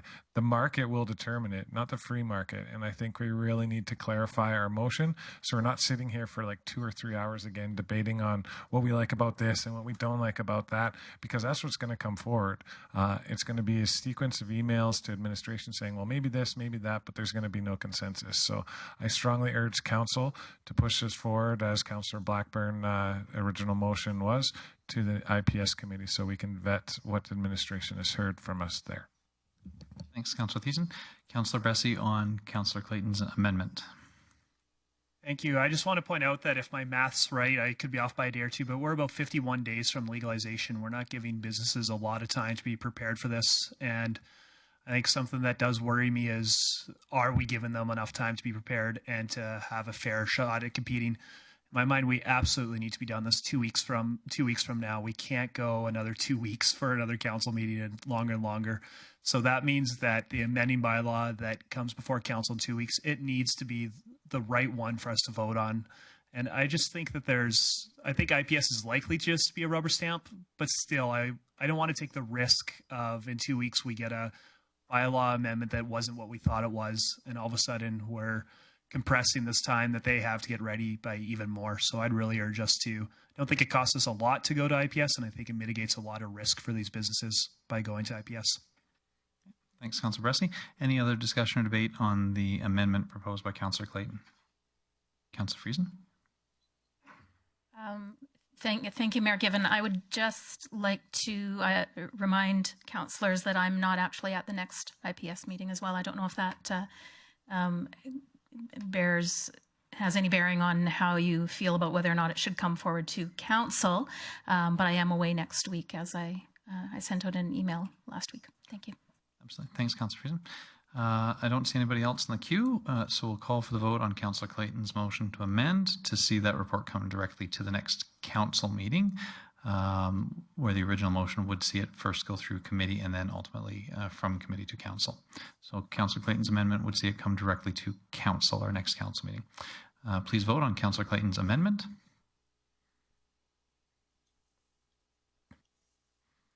Thank you. And that motion does not carry, so a tied vote is a no, because there was not a majority support. And so we can go back to voting on Councillor Blackburn's original motion, which would again see that amending bylaw, removing the cap of 15 licenses, directed first through the Infrastructure and Protective Services Committee, which would likely be the appropriate standing committee, and then subsequent to council after that. Is there any other discussion or debate left on the main motion? Okay, seeing none, then I will call for the vote. Please vote. Thank you. That motion carries. Councillor Bressie. Thank you, Mayor Given. I'd like to make another motion, and that would be that we direct administration to bring to the next IPS committee an amending bylaw to remove the cap of 1 license per corporate entity. Okay, thanks very much, Councillor Bressie. So that motion is specific, is in terms of timelines the same as Councillor Blackburn's motion, and there would also be an amendment to the business license bylaw, but dealing with sort of the issues council wants to deal with separately, rather than trying to tie 2 different issues into one motion. So that motion's in order. Councillor Bressie, can you repeat the motion, please? So just to be clear, if it gets finessed a little bit, my intention is to make basically the exact same motion as Councillor Blackburn, except for removing the 1 cap per corporate entity. So I would move that we direct administration to bring to the next IPS committee for consideration an amending bylaw to remove the limit of 1 license being issued per corporate entity. Which I think technically no more than 1 business license per corporate entity. Yeah. Okay. Ms. Williams, do you have that? Are you comfortable with that? Okay. And then if I may speak to that? Sure, Councillor Bressie. Great. I really get the sentiment of protecting local and protecting small businesses, all that. I really get the sentiment of leaving this behind, and it's a sentiment I certainly share, but I get really leery of government wading into the market like this, and I think I just don't see any justification to protect in this market space and not protect in other market spaces, and it's just something, as much as I love the sentiment, as much as I might be cheering for a bunch of different businesses owned by a bunch of different corporate entities, I just think we don't do this in other industries, and I can't get behind doing that in this industry. It's just a road that I don't even want us to start going down. I could see it when we had a limit of 15 period, but now that we're potentially saying we're going to have an open market, I don't see the reason for retaining this. Okay. Thanks, Councillor Bressie. Councillor Thiessen. Thank you very much, Mayor Given, and thank you for your motion, Councillor Bressie. Unfortunately, I can't support that, and largely my reason is we're looking forward at a year down the line to reviewing this and seeing how it went and working out any kinks. I think after a year, that would have given the market or the prospective business owners the opportunity to get their legs, so to speak, and maybe find some business that keeps them in business for a while. I think raising the cap, we're definitely going to lose a few businesses in cannabis retail over the course of a year, maybe 2 years, at which point then I think the removal of that may be justified for the local entrepreneurs or the large-scale corporate entrepreneurs who want to put down like multiple shops, like Liquor Depot style down in Grande Prairie. I think those businesses would be set up for purchase. I think it still advantages at least a good 25 people potentially, either who are going to consistently make money throughout the course of their tenure as a cannabis retailer, or in the sale of their business to a larger market retailer. So I'm still okay with the 1 right now because it spreads out a bit of the wealth and some of the risk as well. The minute we start lifting all caps, that's when we're going to see, Aurora Cannabis drop down 4 shops, and they're going to be big scale shops, and they may provide the same prices as any of the other smaller retail stores, but it's just a competitive advantage that I think is not going to work for the citizens of Grande Prairie who are looking to get into this business. So for that reason, for 1 year, I'm willing to keep with the one cap, and I hope council supports that. Thanks, Councillor Thiessen. Councillor Blackburn. Thank you, Mayor Given. A few weeks ago, we had a representative of the liquor retail sales industry here expressing a concern about the proliferation of retailers who came from out of town or who were operating chains. And at that time, we made the decision that we would not pursue the issue. The sentiment that I expressed at the time, and I think I was not alone in this, is that local businesses, although we encourage them to be successful, need to find ways to compete and to attract market so that they can, in fact, be successful. And I don't think that the cannabis market is much different. I do recognize Councillor Thiessen's concern about easing into it, but it's really not one of the principles that we've applied to anything else that comes to business in Grande Prairie. And so I would be opposing the motion. Okay. Thanks, Councillor Blackburn. Councillor Platt. Thanks, Mayor Given. I guess a question for Councillor Bressy. You kind of mentioned we'll be doing a review in a year at some point. I guess what I'm wondering, and maybe this is more for administration, do we have a date set in stone of when we would be redoing this review and what the review would all entitle? Because I think there's some valid points here. I just want to make sure we have a date potentially of when that would be so industry knows what this date would be and when there'll be an opportunity to make changes if there is. Mr. Manuel? So presently, there's no legislated date. I think previously administration had indicated that looking at cannabis impacts in our community as a whole was going to merit a revisit in approximately 12 months, but I guess there's not great clarity around what the start date of that 12 months would be. So if there was specific application in this case to a 1-year provision, I would suggest that administration be directed to put a specific date within the bylaw amendment if we were going to do that. Okay, so my question is if this is going back to IPS, is that something that would be happening with? Could happen there, yeah. Okay. Yeah, that might be a more appropriate place to be able to have that, because then there would be some discussion of, is it the date of the first opening? Is the date the first council first discussed it? Is the date, so that might be a little bit more flexible at the committee level to have that discussion there. Yeah. Okay. Thank you. Any other discussion or debate on Councillor Bressy's motion? Councillor Blackburn. An apology, I misspoke. I would be supporting Dylan's motion. Okay, thanks, Councillor Blackburn. I don't see anybody else in the queue, so I'll call for the vote on Councillor Bressy's motion directing administration develop an amendment to the bylaw to reflect the removal of the requirement that there be no more than one business license, or no more than one license granted per business entity. I'll call for the vote. Please vote. Thank you. That motion does not carry, so that motion fails.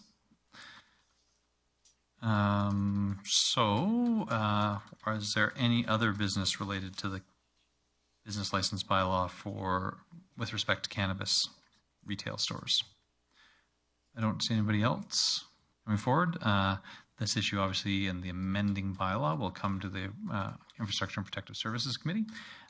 Council members will have an opportunity to review it there, make comment, and subsequent to that, it would come to the next council meeting, should the committee choose to forward it on in that form. Councillor Clayton. Just a question, sorry, to confirm what administration said in regards to the timing. They're going to come with a recommendation for the time frame when they come to IPS? Is that where we're at? Mr. Manuel? Okay. In terms of the review of cannabis-related regulations or the impact of cannabis in the community, would you be in a position to be able to recommend an appropriate date for that at the IPS committee? I believe we can, yeah. Okay, thank you. So if there isn't any other business related to item 8.1, if we've closed that, I don't see anybody ringing in with anything else, then we can move on in our agenda, and we'll move to item 9.1, and we'll ask Councillor Minhas to come back to the council chambers. And while we...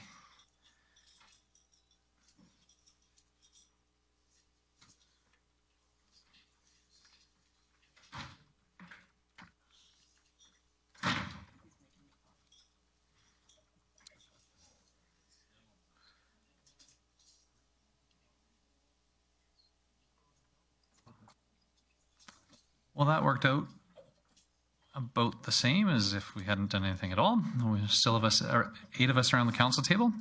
So we'll move on to item 9.1, the Community Living Committee meeting from August 14th. Councillor Thiessen, I think that's your set of minutes. That is this time. Thank you very much, Mayor Given. I would like to move that council receive the minutes of the Community Living Committee meeting held Tuesday, August 14th, 2018 as presented. Yeah, thanks very much, Councillor Thiessen.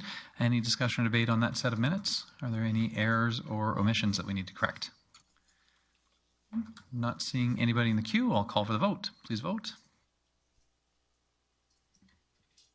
Thank you. That motion carries. Councillor Thiessen. Thank you very much, Mayor Given. I think this is a bit different than how it's normally printed out, but I'm going to pass this in 2 motions, I think. I think that's appropriate. So I would move that council approve the creation of a new capital project, the digital advertising monitors.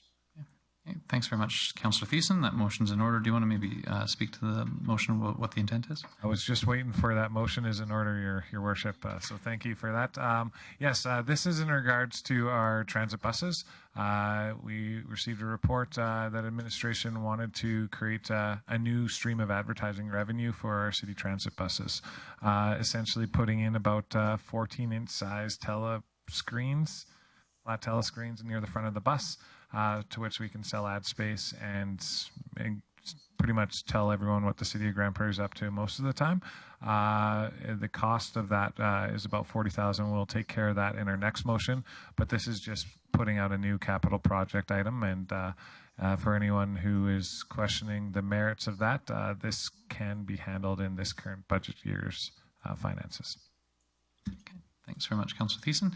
Open for discussion and debate on Councillor Thiessen's motion, which would be appropriate to do them in 2 parts. First, we create the project, and then we essentially amend the budget by creating the project, and then transfer funds into that project. It was the second part that Councillor Thiessen, I think, is going to follow up with. Councillor Clayton. Thank you, Mayor Given. My first question is on the first part of the motion in regards to the capital project. Was there a business case presented at committee meeting in regards to, is this on a cost recovery basis? Is this truly just for transit information and City of Grande Prairie information, or is there sold advertising on this? And if so, was it on a cost recovery, or is there an opportunity to actually make money on this? Councillor Thiessen. Thank you very much. There was not really a very, very robust business plan, but administration was very confident in what they presented to committee that it would be cost recoverable. These are going, correct me if I'm wrong, I couldn't find the numbers when I was going over the minutes again this morning, someone from administration, but this is going in all of our buses for this upon implementation, upon the purchase of, this would be there. And so that would be ad revenue stream going all around the city on all of our buses right at the front of the bus. So I see the Community Living Director, Arlen.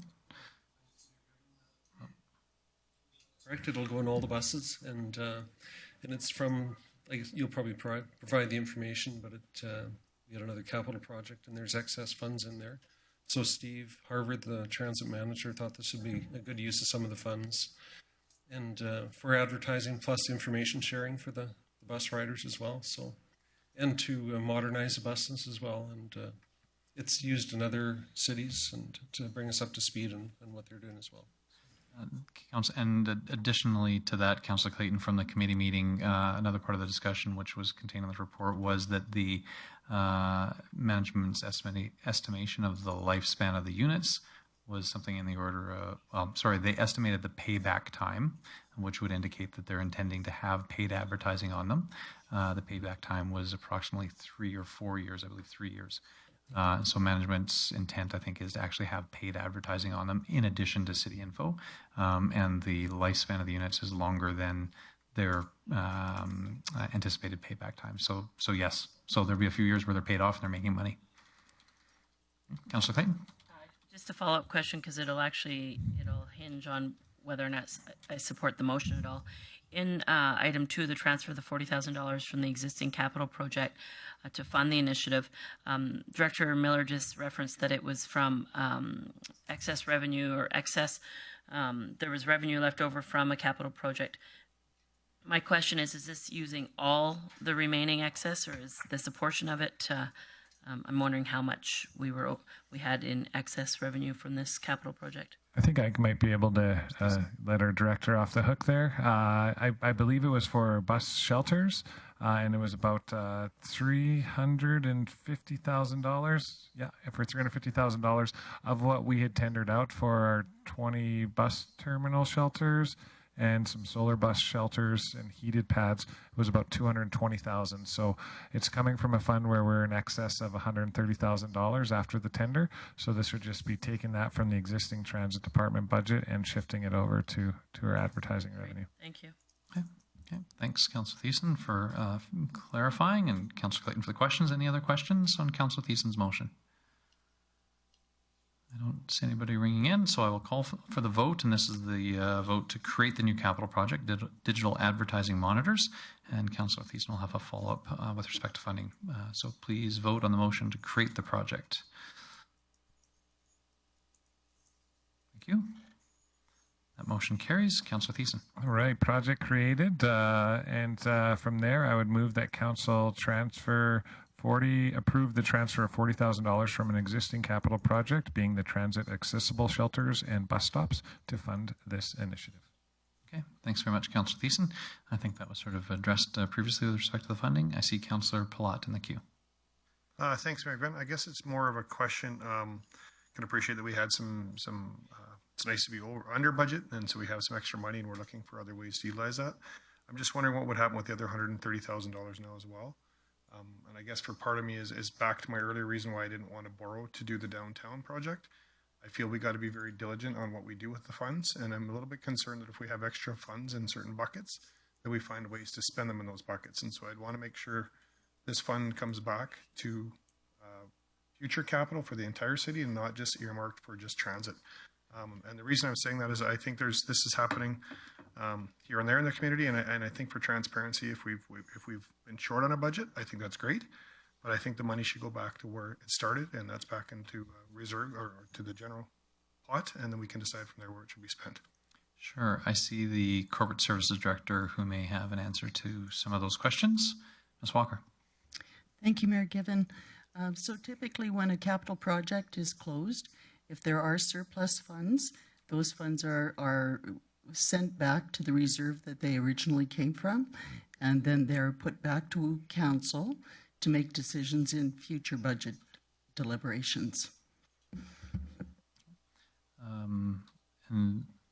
Ms. Walker, is that, I'm not in a position right now to know this, and I don't remember if it was referenced in the committee meeting, whether these funds were general capital tax or whether they are through grants that might be transit specific. Do you have information on that either way?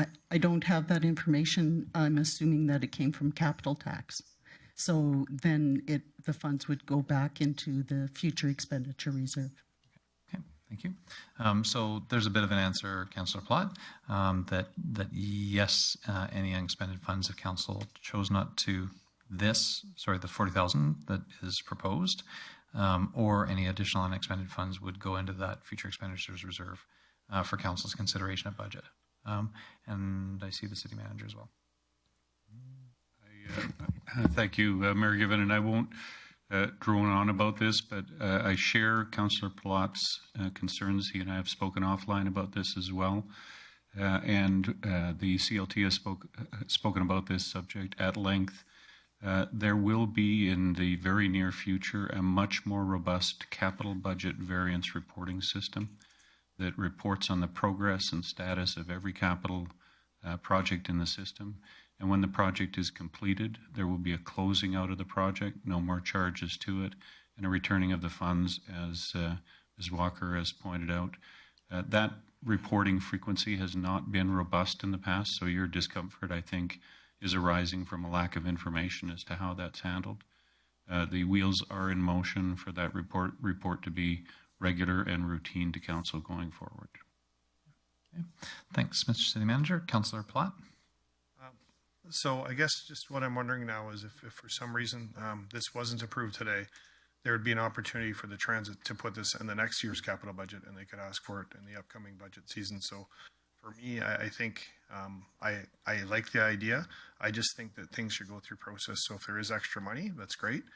I think it should come to a capital budget next year and not kind of get put through at this forum. I think we should be doing capital budget when we do capital budget. So I won't be supporting it. Thanks, Councillor Platt. Councillor Clayton. Thank you, Mayor Given. I agree that that's a good process.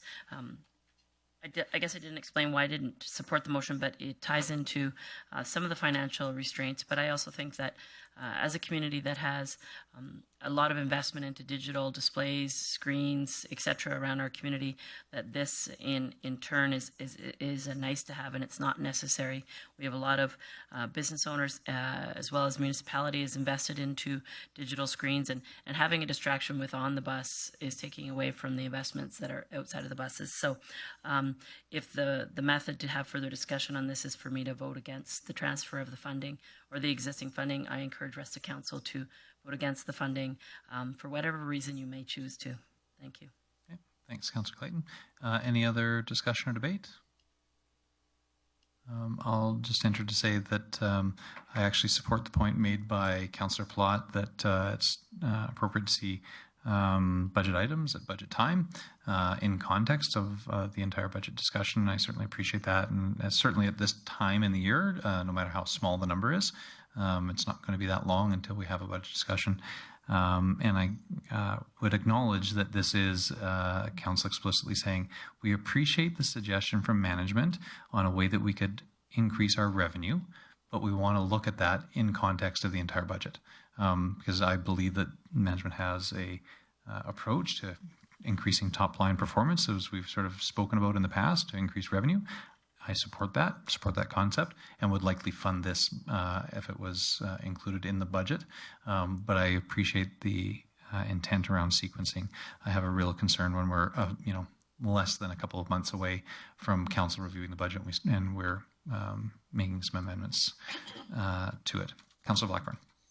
Thank you, Mayor Given. Just a question for information. Did this come up because it was an emergent and limited opportunity, or is this something that could easily be pursued in the future? Councillor Thiessen, I don't see any, I don't have a recollection of there being a particular time limit on it, but I would recognize the Community Living Director as well. Mr. Miller. Thanks, Mayor Given. This issue came to my attention since I came into this role. In talking to the transit manager, he brought it to my attention, saying it was in the queue, I guess, for a decision to be made for a couple months, and then he said, "What should we do with it?" And I said, "We should take it to committee and get a decision." So I don't think it was time sensitive, and I'm just not certain. Steve may have said it was grant money, so there's a possibility of that. I don't know if there's a way to research it tonight or not. That certainly could be something that we can bring back, but I see City Manager. Through the chair, I'd just like to elaborate that my understanding of discussions with transit is that they are feeling the pressure for top line performance, so they are looking for business opportunities to make small investments that have relatively short payouts and get positive financial performance. So Steve was keen to get onto this because he believes he has the ability to sell the advertising revenue and get a positive business case started up. But it isn't something, to my knowledge anyway, it isn't something that will evaporate before budget has an opportunity to be presented. Thanks, Mr. City Manager. Councillor Brassey. Thank you. I was actually it is an interesting talk on me in terms of subsidization and what decisions we pass down, what do we keep, but for me, it is transit. I think through the master plan we've gotten through past conversations, they've got clear direction that we're not comfortable with the cost recovery in that department. And I love seeing that department figure out how can they increase their cost recovery numbers. And it's also one of those things where part of me even wonders, it's not a substantial amount of money and it's in budgets that are already approved. I understand under our current policies why it's coming to us, but I even wonder why we're wading into a department trying to fill clear marching orders. So it's something I appreciate the conversation. I appreciate that she come to budget. I appreciate that, but I really do like these decisions and these looking for opportunities made at lower levels of the organization. So I'll be voting in favor. Thanks very much, Councillor Rusty. I see the city manager. Just to clarify through the chair, the only reason why this is in front of council is we have a requirement that reserves not be accessed without a specific approval by council. So because this is a reserve that was funding it, it needed to come back here, notwithstanding the fact that it's only 40,000. Yeah, just, I mean, the basis too is even adding the project to the budget. I mean, that's amending the city's budget is something that is sort of the exclusive jurisdiction of council, right? So, Councillor Russ, anything further? Yeah, totally. Just to clarify my comment, I understand why it's here under current policies. I guess more what I was thinking is maybe this is an opportunity for us to be re-examining our policies, and maybe this is, I understand why it's here under current policies. I wonder if the policies that lead it to being here are appropriate and whether they should be having them. So totally didn't mean to call into question why is it here, except for at the council level, not at the management level. Okay, thanks very much. Any other discussion, debate on Councillor Thiessen's motion, the transfer?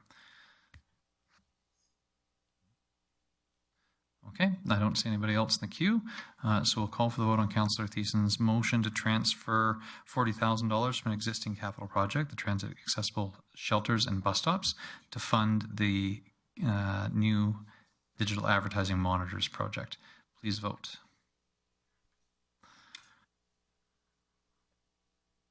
Thank you. That motion does not carry, and so we'll move on. Councillor O'Toole, you had something arising? Yes, I was wondering if this would come back to budget and this discussion. We can have it then, because I do appreciate the concept, but I think it should go through the proper channels. Well, at minimum, council has created a project in the budget called digital advertising monitors that doesn't have any money. So, I mean, at minimum, it's going to be in the budget. I mean, we just did that. So that should spur on the conversation at some stage anyhow. Councillor Thiessen, 9.1.2. Well, look forward to debating the merits of that come our budget cycle. Yeah, exactly. It's 4 years. We got a lot to discuss. We got more to discuss from that community living committee meeting, though. We had in-camera item come to us, and then it came out of camera, and it received a few motions. It was a request by the Canadian Mental Health Association, in negotiation with our administration. I got 4 motions here, so I'll just describe them each in each level of detail that they need to be to approve the motion. But the first motion is that council will approve an extension of the lease of the land at Willow Place at 9713 100th Avenue for an additional 15 years. So that's our first motion. And just speaking to that, the city of Grande Prairie received kind of a correspondence with CMHA. It's been repetitive for the last year, but they were looking to have the title and deed to the land in order to use the Willow Place and its land to help them source funding for other future builds, and more in particular a 60-unit project. Now, after talking with our administration determined that they wouldn't need us to give over the land title of the building and the land to Canadian Mental Health Association, that they could still qualify for the grants that they were going to apply for, and even for any loans or whatnot, by having a longer term lease. Seeing that, the other parts of it, which will follow up in our future motions here, is that the discussion progressed from just sort of a sign of support from the city of Grande Prairie, and we can do that in a variety of ways. We can give them that land or not. We can extend the lease, or we can remove certain levies and code permits and stuff like that, any zoning provisions, and do that. We just need to show that we're in support of their projects. So administration came forward with this, which is simply to extend the term of the lease and then they could use that as part of the City of Grande Prairie's willingness to partner with them in future builds. So one more time, in case you lost it in that big jumble of words, I would move that council approve an extension of the lease of the land at Willow Place for an additional 15 years. Thanks very much, Councillor Thiessen. Any discussion or debate on the motion? Seeing none, I'll call for the vote. Please vote. Thank you. That motion carries. Councillor Thiessen. Thank you very much, Mayor Given. So the second motion is I would move that council approve supporting Canadian Mental Health Association's proposed 60-unit affordable housing project to the waiver of fees and levies in accordance with Policy 607, the waiver for fees and levies and securities. So this is another way of showing our partnership with Canadian Mental Health Association and their hopeful build of the 60-unit building, which is just to the south of Rotary House and I guess equivocally the north of Willow Place. By enacting our Policy 607, we can save them and show our willingness to partner by cutting costs for them on our end. Thanks very much, Councillor Thiessen. Councillor Bressie. Thank you. Just more for my information, do we have any idea of what the waiver of fees and levies, what amount that we might potentially be looking at there? Even just exponentially, if we're looking at thousands of dollars, tens of thousands of dollars? Councillor Thiessen? I don't actually know that. I would assume that we're talking at least a couple tens of thousands. It could go up to maybe 100 or 200, but I'm not the development expert. Sorry, whoa. If we don't have the answer, then I think we should say, I don't know the answer to that. Oh, I was reaching. People were nodding when I said 10, so I was like, let's go higher. Let's see if they keep nodding. So maybe let's not do that. When council members ask for a question to help them decide how to vote on something, let's either say that we don't know and ask management to get us the right information or get the right information back to council. I don't know if, Ms. Sutherland, if you have information on an order of magnitude with respect to fees and charges. Thank you, Mayor Given. I have a few estimates here for you. So for the 60-unit build that Councillor Thiessen is referring to, total estimated permit costs would be around, for safety codes, about 100,000. Just looking in here. For development fees would be around 10,000, and engineering is around a few $100s.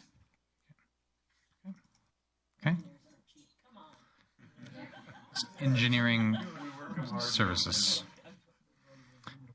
Councillor Bressie, does that give you an order of magnitude? Yep, that's exactly what I was looking for with that question, but I do have another question. This is more a question for council. I absolutely do not support taking securities from organizations like this. I don't want to tie up their capital. That being said, we also had issues earlier this term with a similar project where securities weren't collected, and all of a sudden it put us in an awkward position of making sure landscaping happened. And I don't know where that conversation is appropriate, but I would love to know, how do we manage to make sure that what this organization promises happens actually does happen, and they have the capacity to do that in the future? Interesting question. I wonder if that would either be in the context of Policy 607, which is the one that this motion is in alignment with, or whether it would be to the specifics of a project when and if a project was coming forward. I mean, this isn't a development permit that's coming forward here today. It is a confirmation that council would act within Policy 607 were an application to come forward with for it. So that's what the essence of the motion is. Mr. City Manager? It is a very good question through the chair, and it was one that caused us some consternation and still does for the project in question. I think it's fair to say that the securities are always collected on development for any development that occurs unless council specifically waives them as they're being requested to do so today. So on this project, I guess the inference from management is that this is an organization that we believe will have the capacity to deliver what they are promising or what they're looking to build. But we should do so knowing that we are putting ourselves in a position where if they don't, we've limited one of the tools that we would have otherwise had. Thank you, Mr. City Manager. I see the Community Living Director still in the queue, and so we will, I see that that's waved off, and so we'll move on to Councillor Palat. Thanks, Mayor Gibbon. I was going to ask a similar question, and I guess I'm happy that we got some clarification on the numbers. I'm just wondering if there's an opportunity for us to capture those numbers somewhere. We're trying to establish a community growth fund, and what we do for the community, and all this is going to be not direct cost to us. It is a loss of revenue. So I'd like to see us capture it somewhere that we're doing things for the community, in this particular. And I might be way off, but regarding the securities, I think these are going to be residents. So I would hope that if we didn't issue an occupancy permit, they probably couldn't move into their building. But I don't know if that's something that's an option for us or not. But I will be supporting the motion. Thanks very much, Councillor Platt. Any other discussion or debate with respect to Councillor Thiessen's motion? As mentioned on the proposed 60-unit affordable housing project, and Council supporting it through the waiver of fees and levies in accordance with Policy 607. I would just also highlight that to be in accordance with Policy 607, they'd actually have to apply and itemize all the things, and then it would have to be approved. So this isn't a blanket, we're approving everything today. They would actually need to submit, itemize those things, and all those details would have to be, but it's basically saying Council will continue to support applications made through Policy 607. Any other discussion or debate on the motion? Seeing none, I'll call for the vote. Please vote. Thank you. That motion carries. Councillor Thiessen. Thank you very much, Mayor Given. So the third motion is very close to the second motion, but I would move that Council approve supporting Canadian Mental Health Association's proposed 22-unit permanent supportive housing project through the waiver of fees and levies in accordance with Policy 607, the waiver of fees, levies, and securities. Just speaking to this, alongside the report, as part of the request, Canadian Mental Health Association also intimated that they are looking to build potentially a smaller house, particularly for permanent supportive housing, persons with extreme developmental disabilities, addictions, other stuff like that, very complex issue stuff. They wanted to build that right next door to Willow Place, to the west of it. So this would be for that space when they decide to move forward with that proposed build. Thanks, Councillor Thiessen. I see Councillor Clayton in the queue. Mayor Given, a question for administration.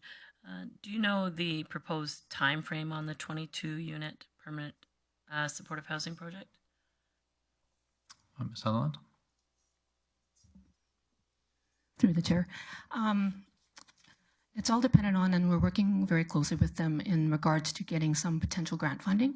So there's no timeline at this point, but we are working diligently on supporting them and applying for possible provincial funding to help them with their build.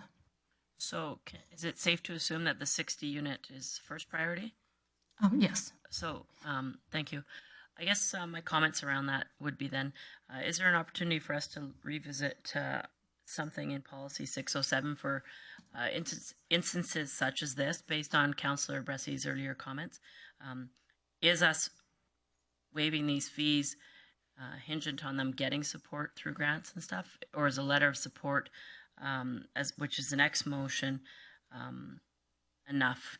Does this, if the $100,000 in the list of last fees you want to waive is relative to a 60-unit building, and this is 22, I can assume that it's less fees that we're going to waive. Is this really the thing that pushes them over the edge to get grants? And if not, can we maybe look at the opportunities of a more fulsome conversation on what projects like this, what parameters we have to prevent things that have happened in the past with other projects where we didn't get things completed. If the occupancy permit is something that we want to consider, to my knowledge, it's not currently in Policy 607, and so I just wonder if this, in administration's opinion, if waiving these fees for 22 units on a project that doesn't have an urgency timeline is that important at this point? Ms. Sutherland? Through the chair, I'd like to stress that they both are priorities, and in not saying that there's no particular timeline doesn't lessen the priority for either of them. My recommendation on behalf of your comment around the proposed partnerships. I think that it strengthens in our research with the grant applications thus far, with the support of the city, with regards to how we can show partnership, it strengthens their applications and their likelihood of potentially getting the funding. So versus like if we have a letter of support, which is really good, but I think it would also add to the robustness of their application if we were to show other ways that the city is supportive of these affordable housing builds. Thanks very much, Ms. Sutherland. I think, yeah, I was just going to say, I think from the committee meeting and from memory, this was actually, the intent here is specifically to show City of Grande Prairie financial support, which we have a policy around that, 607, in a way that we could, enable the project to demonstrate financial support from another order of government, which would allow their applications for other funding to be up closer to the top of the list rather than one that comes forward with no additional support from the municipality other than a letter saying it's a good idea. And if I might add, I don't think either project precludes the other project. I think they're applying for both. They're two fairly different types of builds. One is for persons suffering from complex mental health and addictions issues. The other one is for largely affordability, seniors, and persons with some mental disabilities as well. So they are two significantly different projects, and it just really depends which project gets funded first, which is how they would proceed, but you'd have to ask CMHA that. Thanks, Councillor Thiessen. I don't see anybody else in the queue. If there's no further discussion debate, then I will call for the vote on Councillor Thiessen's motion with respect to supporting CMHA's proposed 22-unit permanent supportive housing project through the waiver of fees and levies in accordance with Policy 607. I will call for the vote. Please vote. Thank you. That motion carries. Councillor Thiessen. One final motion is to put that in pen and send it out to the government. And so I would move that council direct the mayor to draft letters outlining the support from the city to assist Canadian Mental Health Association in their proposed projects. Yeah, thanks very much, Councillor Thiessen. Any discussion or debate? Seeing none, I will just also note that management has been working with CMHA relatively closely to ensure that their applications, to provide some assistance to enable them to put together professional applications to go forward, recognizing that council has a priority around affordable housing. So I want to recognize management team that's been supporting CMHA in getting these applications forward. Councillor Thiessen. Yeah, and just, sorry, one more add-on is that they are also seeking out a letter of support as well from Aquaterra for the same waiver of fees and services and stuff. So hopefully they'll have the same outcome if we give them the outcome they want. Thanks very much, Councillor Thiessen. Any other discussion or debate on the motion to tell me what to do? Seeing none, then you'll have to do it via motion. I will call for the vote. Please vote. Thank you. That motion carries. Councillor Thiessen, any other items you wanted to highlight from that Community Living Committee meeting? Not really. It was a pretty small agenda. We did have a couple presentations from Spinal Cord Injury Alberta, as well as the Grande Prairie Council on Aging, and committee got a thorough, I guess, imaginal review of where seniors outreach has moved on towards and their new space. And I hope that council gets the opportunity to go check out that new space. It's a lot better than their old cramped one. So, and apparently they're serving more people, and they actually have a waiting room now where people can sit in. So by all means, check it out. But other than that, no, nothing else to report. Thank you. Okay, thanks, Councillor Thiessen. Councillor Platt, you had something arising? Yeah, I mean, I was liking just hearing what Councillor Bressy had mentioned and Councillor Clayton, and just thinking about our development and housing corp that we're trying to initiate and get moving forward. And I'd like to make a motion that we refer Policy 607 to the Standing Appropriate Committee for us to do a review of it, just so we can make sure it is the right policy moving forward, so that it fits the some of the things that we may be going through with the development housing corp, because I see this probably coming. We'll have more of these opportunities, I guess, to look at this again in the future. And I'd like to make sure we have a good conversation about how we're going to deal with that. Okay, so a motion to refer Policy 607 to the appropriate standing committee for review. Yeah. Okay. Any discussion or debate on that motion? Seeing none, I'll call for the vote. Please vote.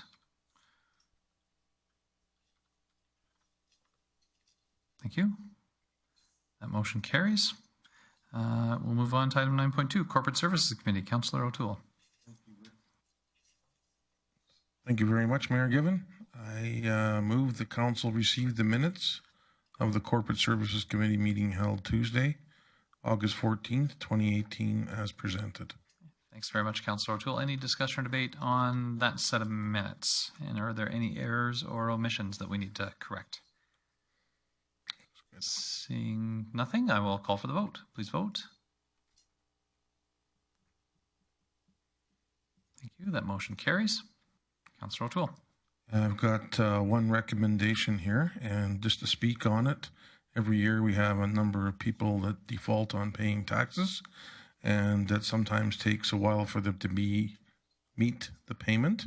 So we do have an auction, you might say, public auction for properties, and usually by the time the auction date comes, majority of those properties are back in good standings. But we do host an auction every year, and I'm going to make a motion that council approve the following.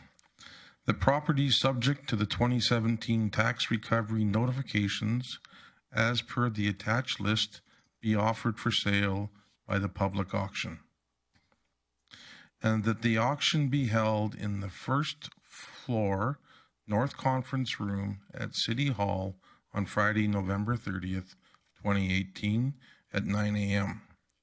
And that the reserve bids for the 2018 tax sale be set as per the attached Appendix D. Okay. Thanks very much, Councillor O'Toole. Any discussion or debate on the motion? Councillor Blackburn. Just a question for administration. How often does a property not reach the reserve bid at auction in these cases? Ms. Walker? Thank you, Mayor Given. Once in the past 25 years, a property was actually sold at public auction. All the rest of the time, the property taxes are paid up prior to the auction. Thanks, Ms. Walker. Any other discussion or debate? Seeing none, I will call for the vote. Please vote. Thank you. That motion carries. Councillor O'Toole, anything else you want to highlight from that set of minutes? Well, we do have an outstanding items list, and we've been working at it very hard as a committee. And I'd like to thank our team leader, Ms. Susan Walker, for the support that she's done to get that list down very small. So thank you very much. Okay, thanks very much, Councillor O'Toole. And we'll move on to the Infrastructure and Protective Services Committee meeting from August 21st. Councillor Clayton. Thank you, Mayor Given. I would move that council receive the minutes from the Infrastructure and Protective Services Committee meeting held Tuesday, August 21st, as presented. Okay, thanks very much, Councillor Clayton. Any discussion or debate on that set of minutes? Seeing none, I'll call for the vote. Please vote. Thank you. That motion carries. Councillor Clayton, anything you wanted to highlight from that set of Sure, minutes? just a couple high-level pieces. Director Grande did a verbal update on many of the construction projects that are happening around the community. A few of them have wrapped up, and there's been, in addition, in traditional construction season, some get started this time of year, so there's some new ones started. Since the meeting, there's been a few more projects that are getting close to wrapping up. As well, we had a verbal update on the downtown rehabilitation project. Mr. Hoynen at that point talked about how the curbing on the west block had been completed and was 90% completed on the east block at that point. So that was a week ago, so I'm sure there's some additional gains in what's completed there. although we also did have a report that due to the rain delays, the overall project at that point was 6 to 7 days behind. We also talked about how the Great Communication Initiative had been executed with support from the mayor in regards to the backdoor flags, so people that wanted to shop downtown knew where to enter the businesses and draw some sort of attention, create some excitement and attention at the back doors of the businesses. So people that were out and about looking for the retailers knew where they could enter these businesses. We also had a letter from the Alberta Municipal Affairs regarding the extent of the timelines for municipalities to create their ICFs and IDPs, and an annual report from the Mighty Peace Watershed Alliance was presented as well as a piece of correspondence. Other than that, I think we're winning the race on being done the outstanding items list. So Director Galante is prepared for an onslaught of work for the remainder of this time as we head into the next budget. So thank you. I'm sure. If you don't speak on his behalf on yourself. Right? Okay, fair enough. Thanks very much, Councillor Clayton. That handles all of our community business. We do have one item of correspondence this evening. Piece of sad news for us. We have an official letter of resignation from our city manager that identifies that his last day of work will be September 28th. And so obviously it's our duty to accept that letter of resignation. Certainly won't do the thank yous and goodbyes here today. We're going to expect you to work until then. But certainly appreciate the commitment to the city of Grande Prairie, Bob, to this point, and look forward with working with you until the conclusion of your time, and happy to see you move on to an opportunity to be closer to family. Certainly appreciate the lure of that, and and so Council, we have one piece of correspondence, and we need a motion to receive that for information. Councillor O'Toole. Nobody wants to do it. That's going to be the.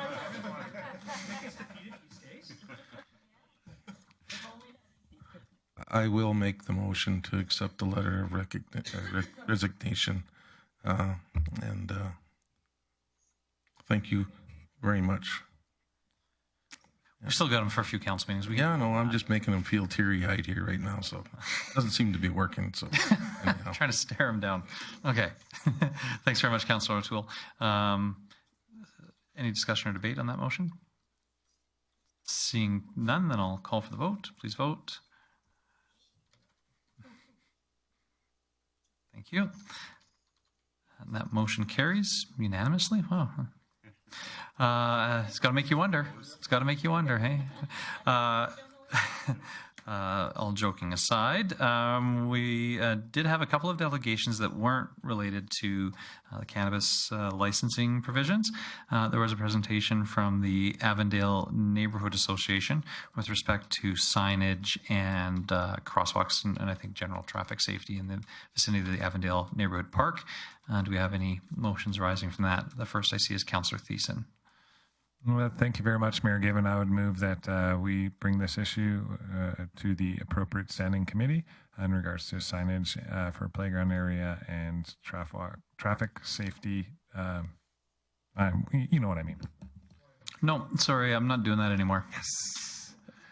Council, we might as well just start it tonight. You have to have the words that you want the motion to read as, and you have to say them, and then you have to stop. Ooh, that's a challenge. Yep. All right, so then stop.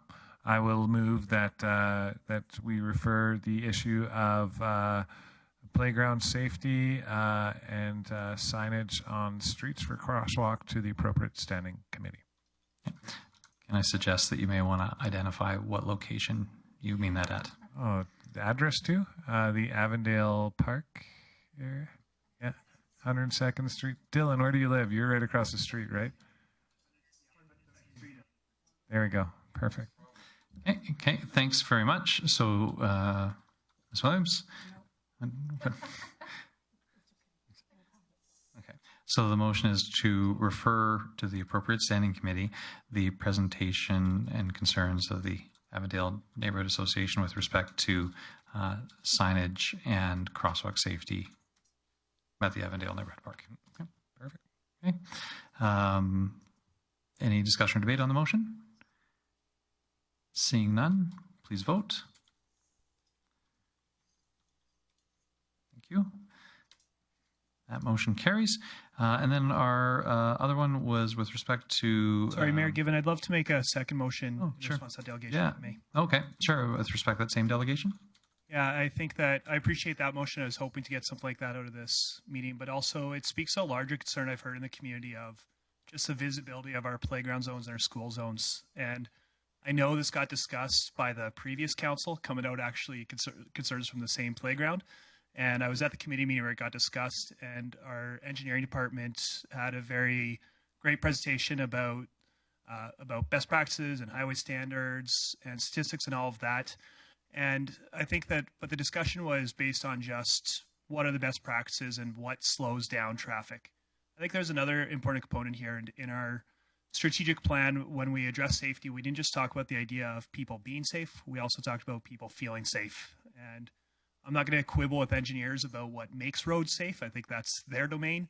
But I think that where we have expertise is the perception of the community and how the community feels. And a lot of people aren't feeling safe in their school grounds and in their playground zones. So I'm going to make a motion that we direct administration to bring back to the appropriate standing committee options for increasing the visibility of our playgrounds and school zones in Grande Prairie. Okay. Thanks very much, Councillor Resty. That motion, of course, is in order. Any discussion or debate on the motion? Councillor Platt. Geez, it reminds me back to when we were campaigning here about these signs, but I definitely will be supporting that motion. I think there's opportunities and options out there that I think we could be looking at as a community that could enhance the safety, and I think it's good timing, and I appreciate bringing it forward. Okay. Thanks very much, Councillor Platt. Any other discussion or debate? Seeing none, I will call for the vote. Please vote. Thank you. That motion carries. Were there any other motions related to that delegation? Seeing none, then the other one that presented that wasn't with respect to cannabis retail licensing was the one from Ms. Smith-Bird with respect to bylaw enforcement on Park Road, I believe, or in the vicinity of Park Road. Councillor Platt. Thanks, Mayor Grande. I was trying to get out Google Maps to figure out the name of the road before I made the motion. So thanks for saying it was Park Road. I'd like to ask the appropriate standing committee to do a report on the speed on Park Road. And also to that, I would like to see us have a report on how many tickets have been issued in that area by Global as well as our local bylaw. Sorry, in the last 12 months. Okay, so that motion is in order. Open for discussion and debate.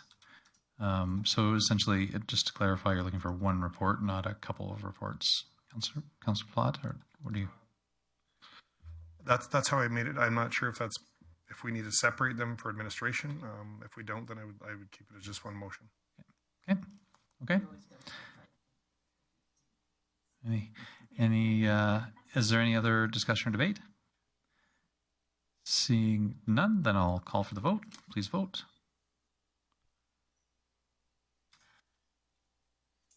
Thank you. That motion carries. I think that was all of our committees that were related to public delegations. And I think all the rest of them, their concerns or their perspectives or their issue was specifically with related cannabis retail store licensing. Unless I'm forgetting somebody. Did I forget? That happens. So if that's the case, then we've dealt with our delegation business. We have no notices of motion this evening. And we do go have some council member reports, and we'll start first with Councillor O'Toole and an update with respect to the Francophone and Francophile Cities Network. Councillor O'Toole. Thank you very much, Mayor Given. On September 5th, we are having the Francophone Francophile Cities Network taking place at the Pomeroy. There are 100 representatives from across North America discussing ways to support French culture. The big focus is from communities across Alberta on supporting French culture and economic development.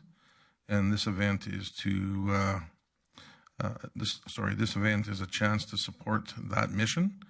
There's a conference. The registration is available online and at Revolution Place box office. Part of the event is a French spectacular spectacle, I guess that's the proper word, called Nouvelle Monde, which is another word for the New World. My French is not good. Featuring French artists from across Alberta and Canada and South America. Groups joining us are from Falaire and St. Isidore locally. Tickets for that event are available at the door as well as at the Revolution box office. But it'll be held Thursday, September 6th at 8:30. Doors open at 8. And just so you know, the prices are $20 for adults, and kids under 18 are free. And there's going to be a number of municipalities represented from all over Canada, including mayors and council members and other people that are business people in those communities. Thank you. Great. Thanks very much, Councillor O'Toole. Looking forward to welcoming everyone to Grande Prairie, and certainly great opportunity to show off the Peace region to visitors that might not otherwise come here if it wasn't for our participation in the network. And so certainly happy to be able to welcome them here, and hope the rest of council will join in as well. And I'll just add on that once again, the people aren't coming here just for the 3 or 4 days. Most of the people are coming here for 7 to 10 days to see the northern part of Alberta and also all of Alberta parks. These people are mostly coming from the eastern part of Canada, and they've never been out west. So we want to show them a good time and see what Alberta has to offer. Thank you. Great. Thanks very much, Councillor O'Toole. I think our next update was from the Grande Prairie Library Board. Is that you, Councillor Blackburn? Thank you, Mayor Given. Library Board had a strategic planning workshop this past weekend, and we're looking at the years 2020 and beyond. It was very insightful discussion and from board members looking at a number of factors that have to do with providing excellent service and a broad range of services to Grande Prairie residents. And I'm looking forward to a documented plan in the near future. The other thing I'll mention about the public library is that we often refer to the library at the Montrose Cultural Center as the new library. And interesting to note that it's actually 10 years old already. And although it's still being a very innovative property, it's no longer new. There are things that need to be done there. And we're also looking at the possibility that in order to better serve the public in the future, we may be looking at the possibility of branches in various parts of the city. Very interesting discussion. Absolutely. Thanks very much, Councillor Blackburn. The next was the Grand Spirit Foundation. Is that your committee as well? Yes, thanks. We just had our board meeting this past week, and only a couple of things that I'll report on today, and that is 2 very successful inspections. On Lakeview, the accommodation standards inspection garnered a 100% mark, so congratulations to everybody on that board, and particularly the folks that work in Lakeview on making it a great place for seniors accommodation. The other one is our external safety audit received a certificate of recognition for reaching 96% for excellence in the safety programs across the foundation. Both very good news for residents and for our reputation as a community. Absolutely. That's excellent. Thanks very much for the great update, Councillor Blackburn. Councillor Thiessen, I think you had Mighty Peace Watershed Alliance. Yes, it did. Thank you very much. The Mighty Peace Watershed Alliance met this past Thursday in Valley View, and it was a relatively short meeting in comparison. Usually the August meetings are. We did have a guest speaker, Miss Courtney Hughes from the Peace. She's a Peace Region Biodiversity and Landscape Specialist. She came and gave us an update on the public land use zoning of the Wapiti Smoky River system south of Grande Prairie. Some of my fellow councillors may be involved in that, but it was nice to have some of their proposals that they're putting forward set before the board so that we could at least digest it. The presentation was largely about the management objectives and direction for the recreational use and public safety, biodiversity, and cultural and socioeconomic values in the area of which the Wapiti Smoky helps benefit. The other parts of the meeting, we did get a bit of an update from our administration, largely talking about the technical projects that they oversaw this past summer and spring, and that they're moving into this fall. One of the larger ones is the draft plan that was prepared for the Grimshaw Gravel Aquifer Water Management Plan, and that is being reviewed this week, actually tomorrow. So we look forward to an update on there. We also got an update from around the watershed from the province of Alberta, saying that there's an action plan for wood buffalo. They're providing input of environmental flows in the hydrology regime with Parks Canada and working very closely with their federal partners. They're also working on the Alberta Northwest Territories bilateral water management agreement, and tentatively they are approved to move forward with the 2018-19 Waterworks plan. And then finally, they undertook a water quality and quantity test in the Slave and Hay River area. The threshold triggers were hit at one point in the late spring, but upon further evaluation, they saw no negative indicators based off of that, and their withdrawals for the season were well below their typical minimals. Finally, the board was tasked with undertaking a review of our strategic plan. It is about that time. It's time to move forward and to cross-compare with the work we've already been undertaking with our integrated watershed management plan. So for the next board meeting, we got a little bit of homework to take a strategic plan, and we did a little bit around the table, but to see if there's any misalignments with our strategic plan for the watershed as well as our integrated watershed management plan, and as we move forward with that. So it should be a good discussion for the next board meeting coming soon, I think at the end of September. Thanks very much, Councillor Thiessen. And next up was Peace Library System. Yep, that was me. Thank you very much. We met, I missed the first part of the folk festival for this meeting on the Saturday, August 18th. It was at the Brownlee Building in Spirit River. Just a quick get-together meeting of the executive committee. We had an infrastructure project update on the build of Peace Library System. So far, everything is looking good and under budget as well. And we're looking to potentially take some of that money that was for the renovations and put it towards the roof that needs to fully be fixed, even though we're told it only needs to half be fixed. So we still have to get approvals from the province in order to do that. We also reviewed our Indigenous services and how we've been doing with the Indigenous grant that was gifted to most libraries around the province, and how that's working with it.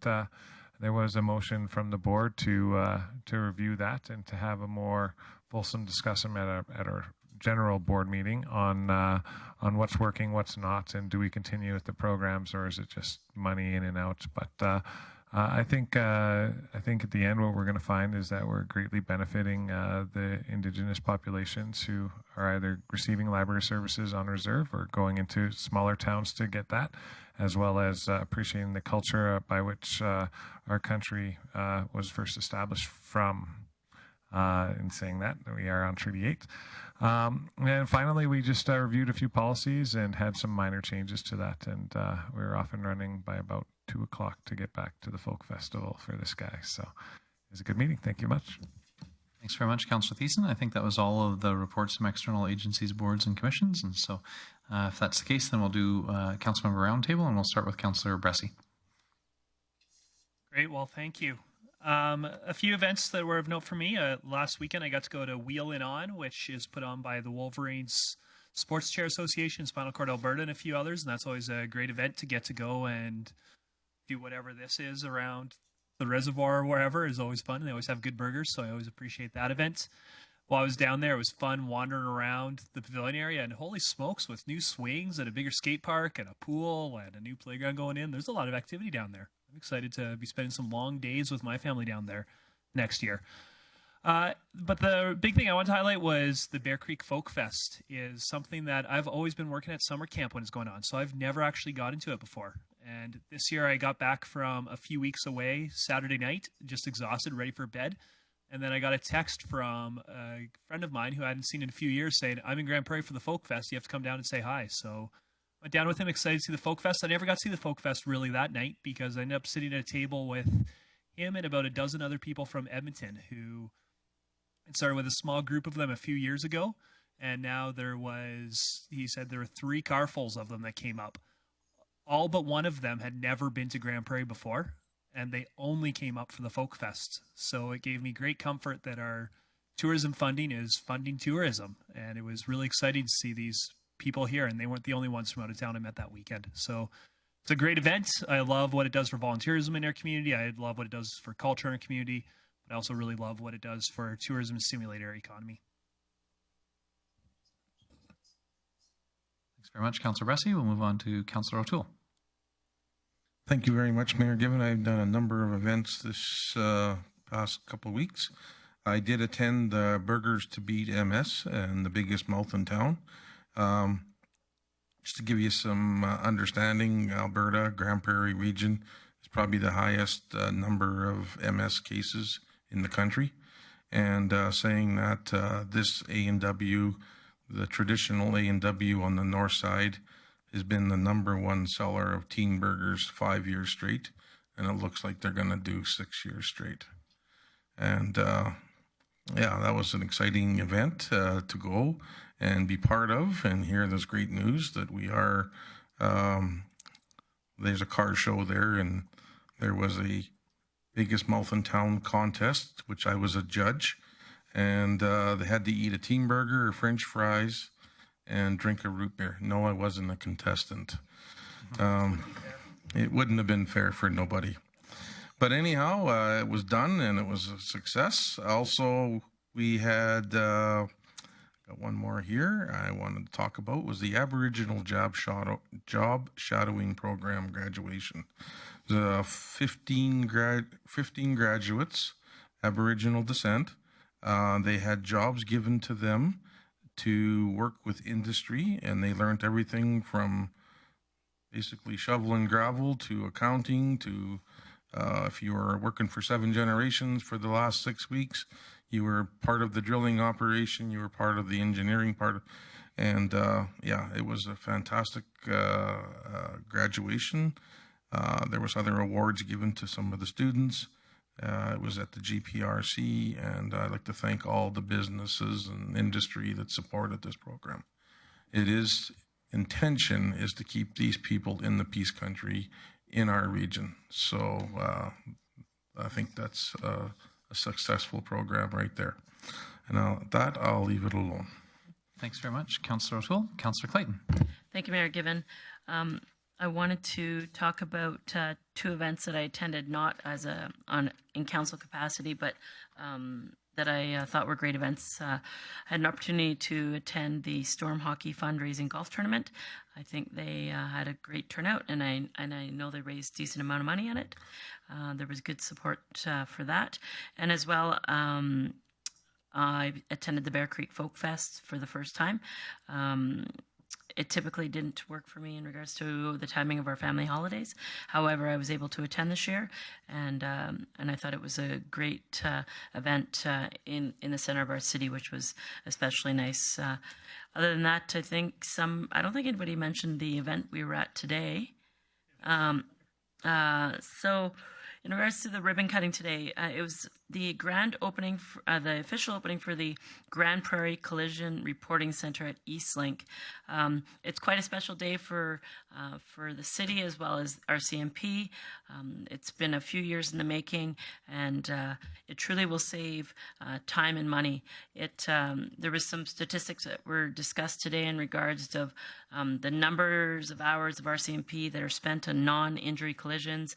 This will expedite the process, and while we were there today, the first official person who reported an accident happened to be there, and eventually the turnaround and getting the RCMP members off the streets and non-injury accidents will be substantial, and we look forward to the statistics that will come out of this collision reporting center. So I wanted to congratulate administration and the RCMP for being the first of its kind in Alberta, where in a municipality where the RCMP is operating. So special thanks to everyone who supported this in the past and everyone who made this happen, and congratulations. And other than that, I have nothing else. Thanks, Councillor Clayton. I just note before we got too far away from it, it was actually the first of its. It is the first in Canada in an RCMP jurisdiction. So, so there is no other RCMP police community in Canada that has a similar reporting service.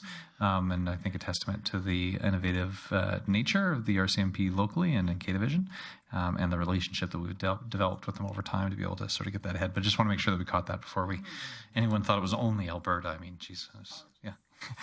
Councillor Minhas. Thank you, Will. Mayor. I was not in town. I was in and out last 2 weeks, so I don't have much to say. Thank you. Okay. Thanks very much, Councillor Minhas. Councillor Friesen. Thanks, Mayor Given. So I had a fairly quiet couple of weeks myself, but I was thrilled to attend also for the first time ever. I'm delighted to say the Bear Creek Folk Festival, and I'm really pleased with the support that the city has shown. The city of Grande Prairie has shown to the festival in the past, and I'm looking forward to seeing how they've done this year. It was a wonderful time at the event. I spoke with lots of adults there, lots of adults who were there with their kids, and everyone was having an excellent time. It's a great thing for the community, the economy of the community, the tourism, and just that rallying of volunteers and families at the festival. It really was a warm, you're all welcome here kind of feeling. I was really delighted to be there. So that was the highlight of my couple of weeks. Thank you. Thanks very much. Councillor Platt. I also had that opportunity to attend the Folk Fest for the first time, and I felt the same thing. It was a great event, something I would go back to. I'm going to jump back to the meeting we had earlier today and a couple of stats, and I believe the city's going to do some things on it. But there was, I believe they said 16,000 accidents year to date, and there was 1,600, year to date, and 3,000 RCMP hours potentially could be saved. So, so it'll be a theme throughout my term, but I always love when you see industry partner with government to do the right thing for the community. And I think that's exactly what was achieved here. I think this was a really good opportunity for savings for the RCMP time and putting it where it could go.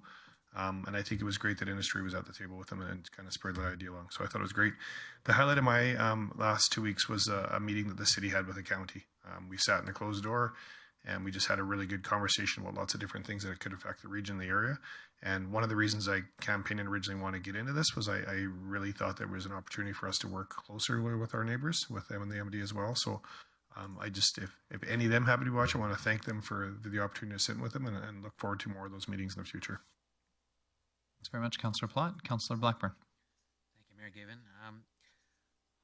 A couple of things that I'll mention. One is the Bose Centre distribution of the bricks that came out of the plaza in front of the Bose Centre when it was renovated. There were some 1,800 bricks recovered, and for people that don't know, back in 1995, as part of the fundraising effort for hosting the Canada Winter Games, these bricks were made available for sale. People put the names, their own family names or the names of loved ones or whatever on those bricks, and they were laid on the ground in the plaza for about 25 years. And now that they have been removed, administration made the decision to make them available to those who wanted them. I was very pleased to be able to go and collect my brick. And I also grabbed a few for people who have moved away and may not have been aware that they were available.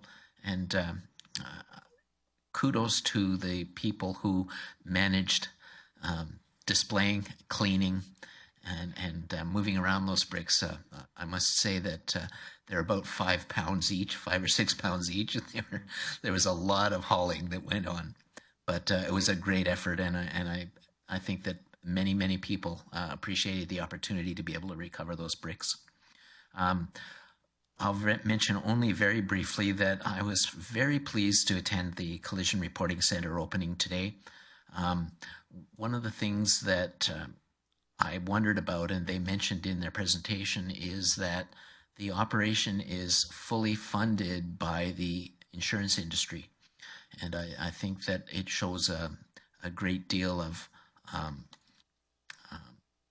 commitment within that industry to invest in the kinds of things that make insurance claims more plausible, and also make all of the additional information that's available through the reporting system available to the public at no additional cost to us.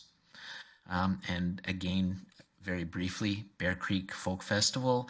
I was attending not for the first time, but for the third as a volunteer. And I think that attendance is continuing to grow. And congratulations to the organizers for putting on a first-class festival that attracts first-class entertainment.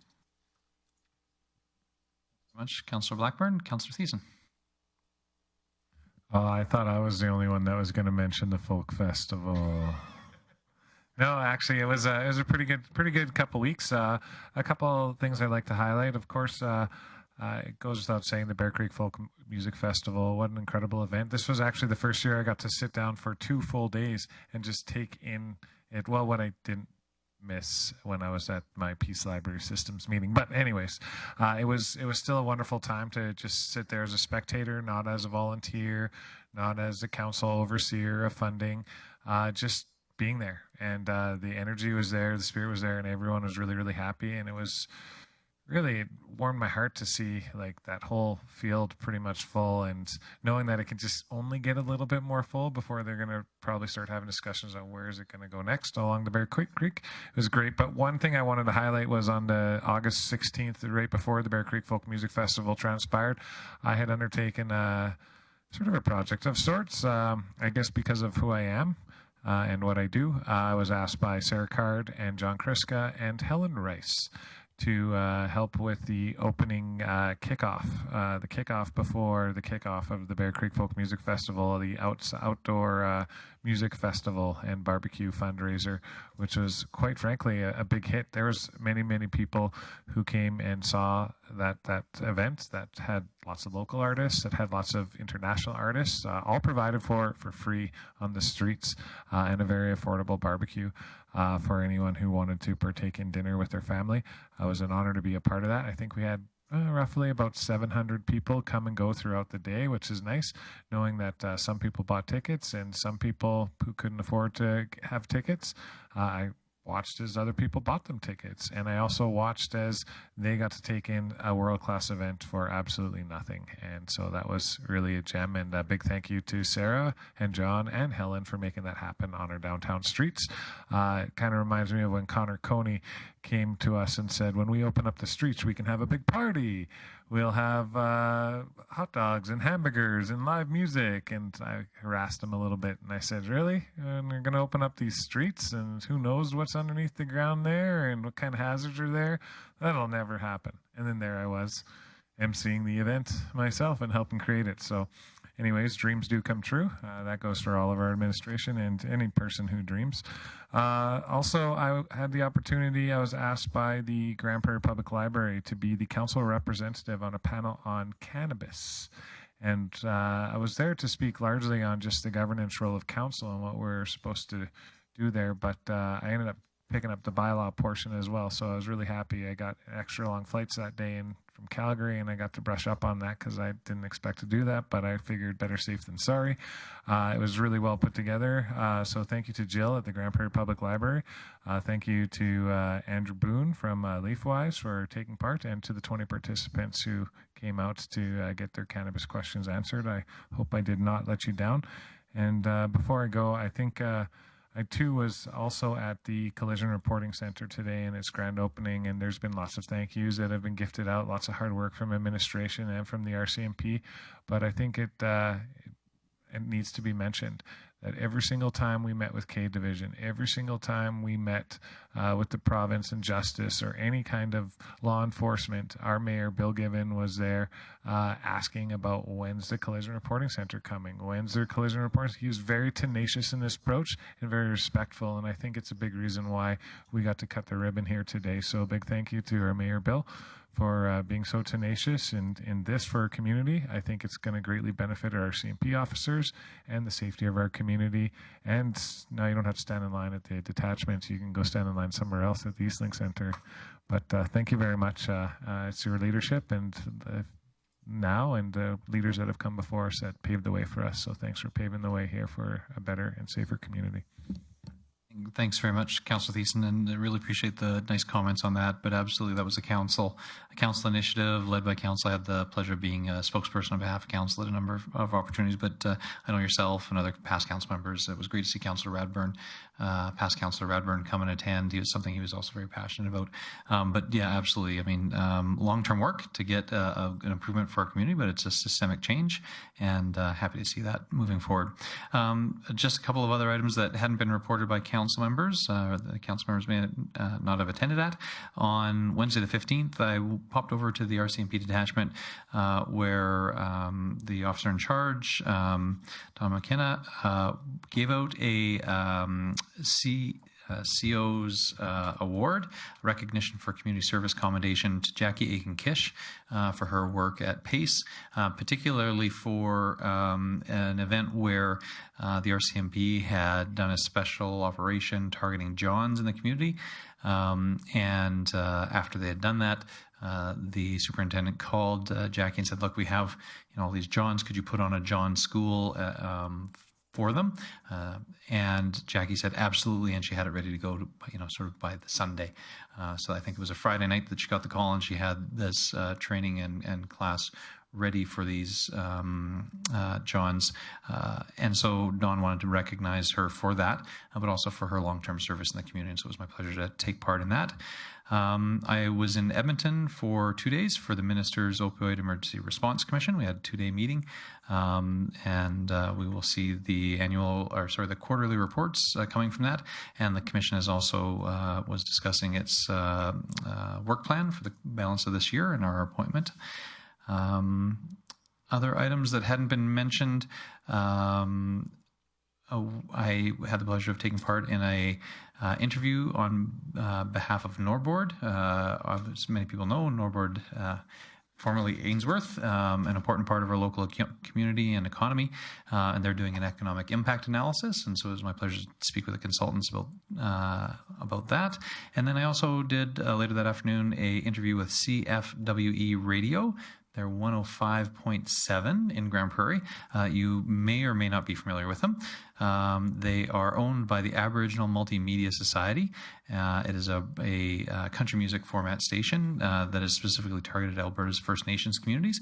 And it was they have just recently sort of added an extender and come to the Grande Prairie market. And so it was great to provide an interview with them as they were looking to find out generally what's going on in Grande Prairie. And they even said, they gave me the great opportunity to say, so if somebody in Southern Alberta was listening and they've never been to Grande Prairie, what should they know about Grande Prairie? And boy, there's not a question a mayor would rather be asked when you know it's going to be broadcast across the province. And so great to welcome them to the Grande Prairie market, and happy to know that they'll be covering Grande Prairie events and happenings.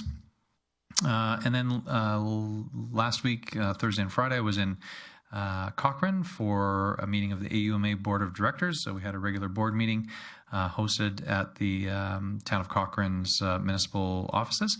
And then on Friday, we had a joint meeting between the AUMA Board and the Rural Municipalities Association Board.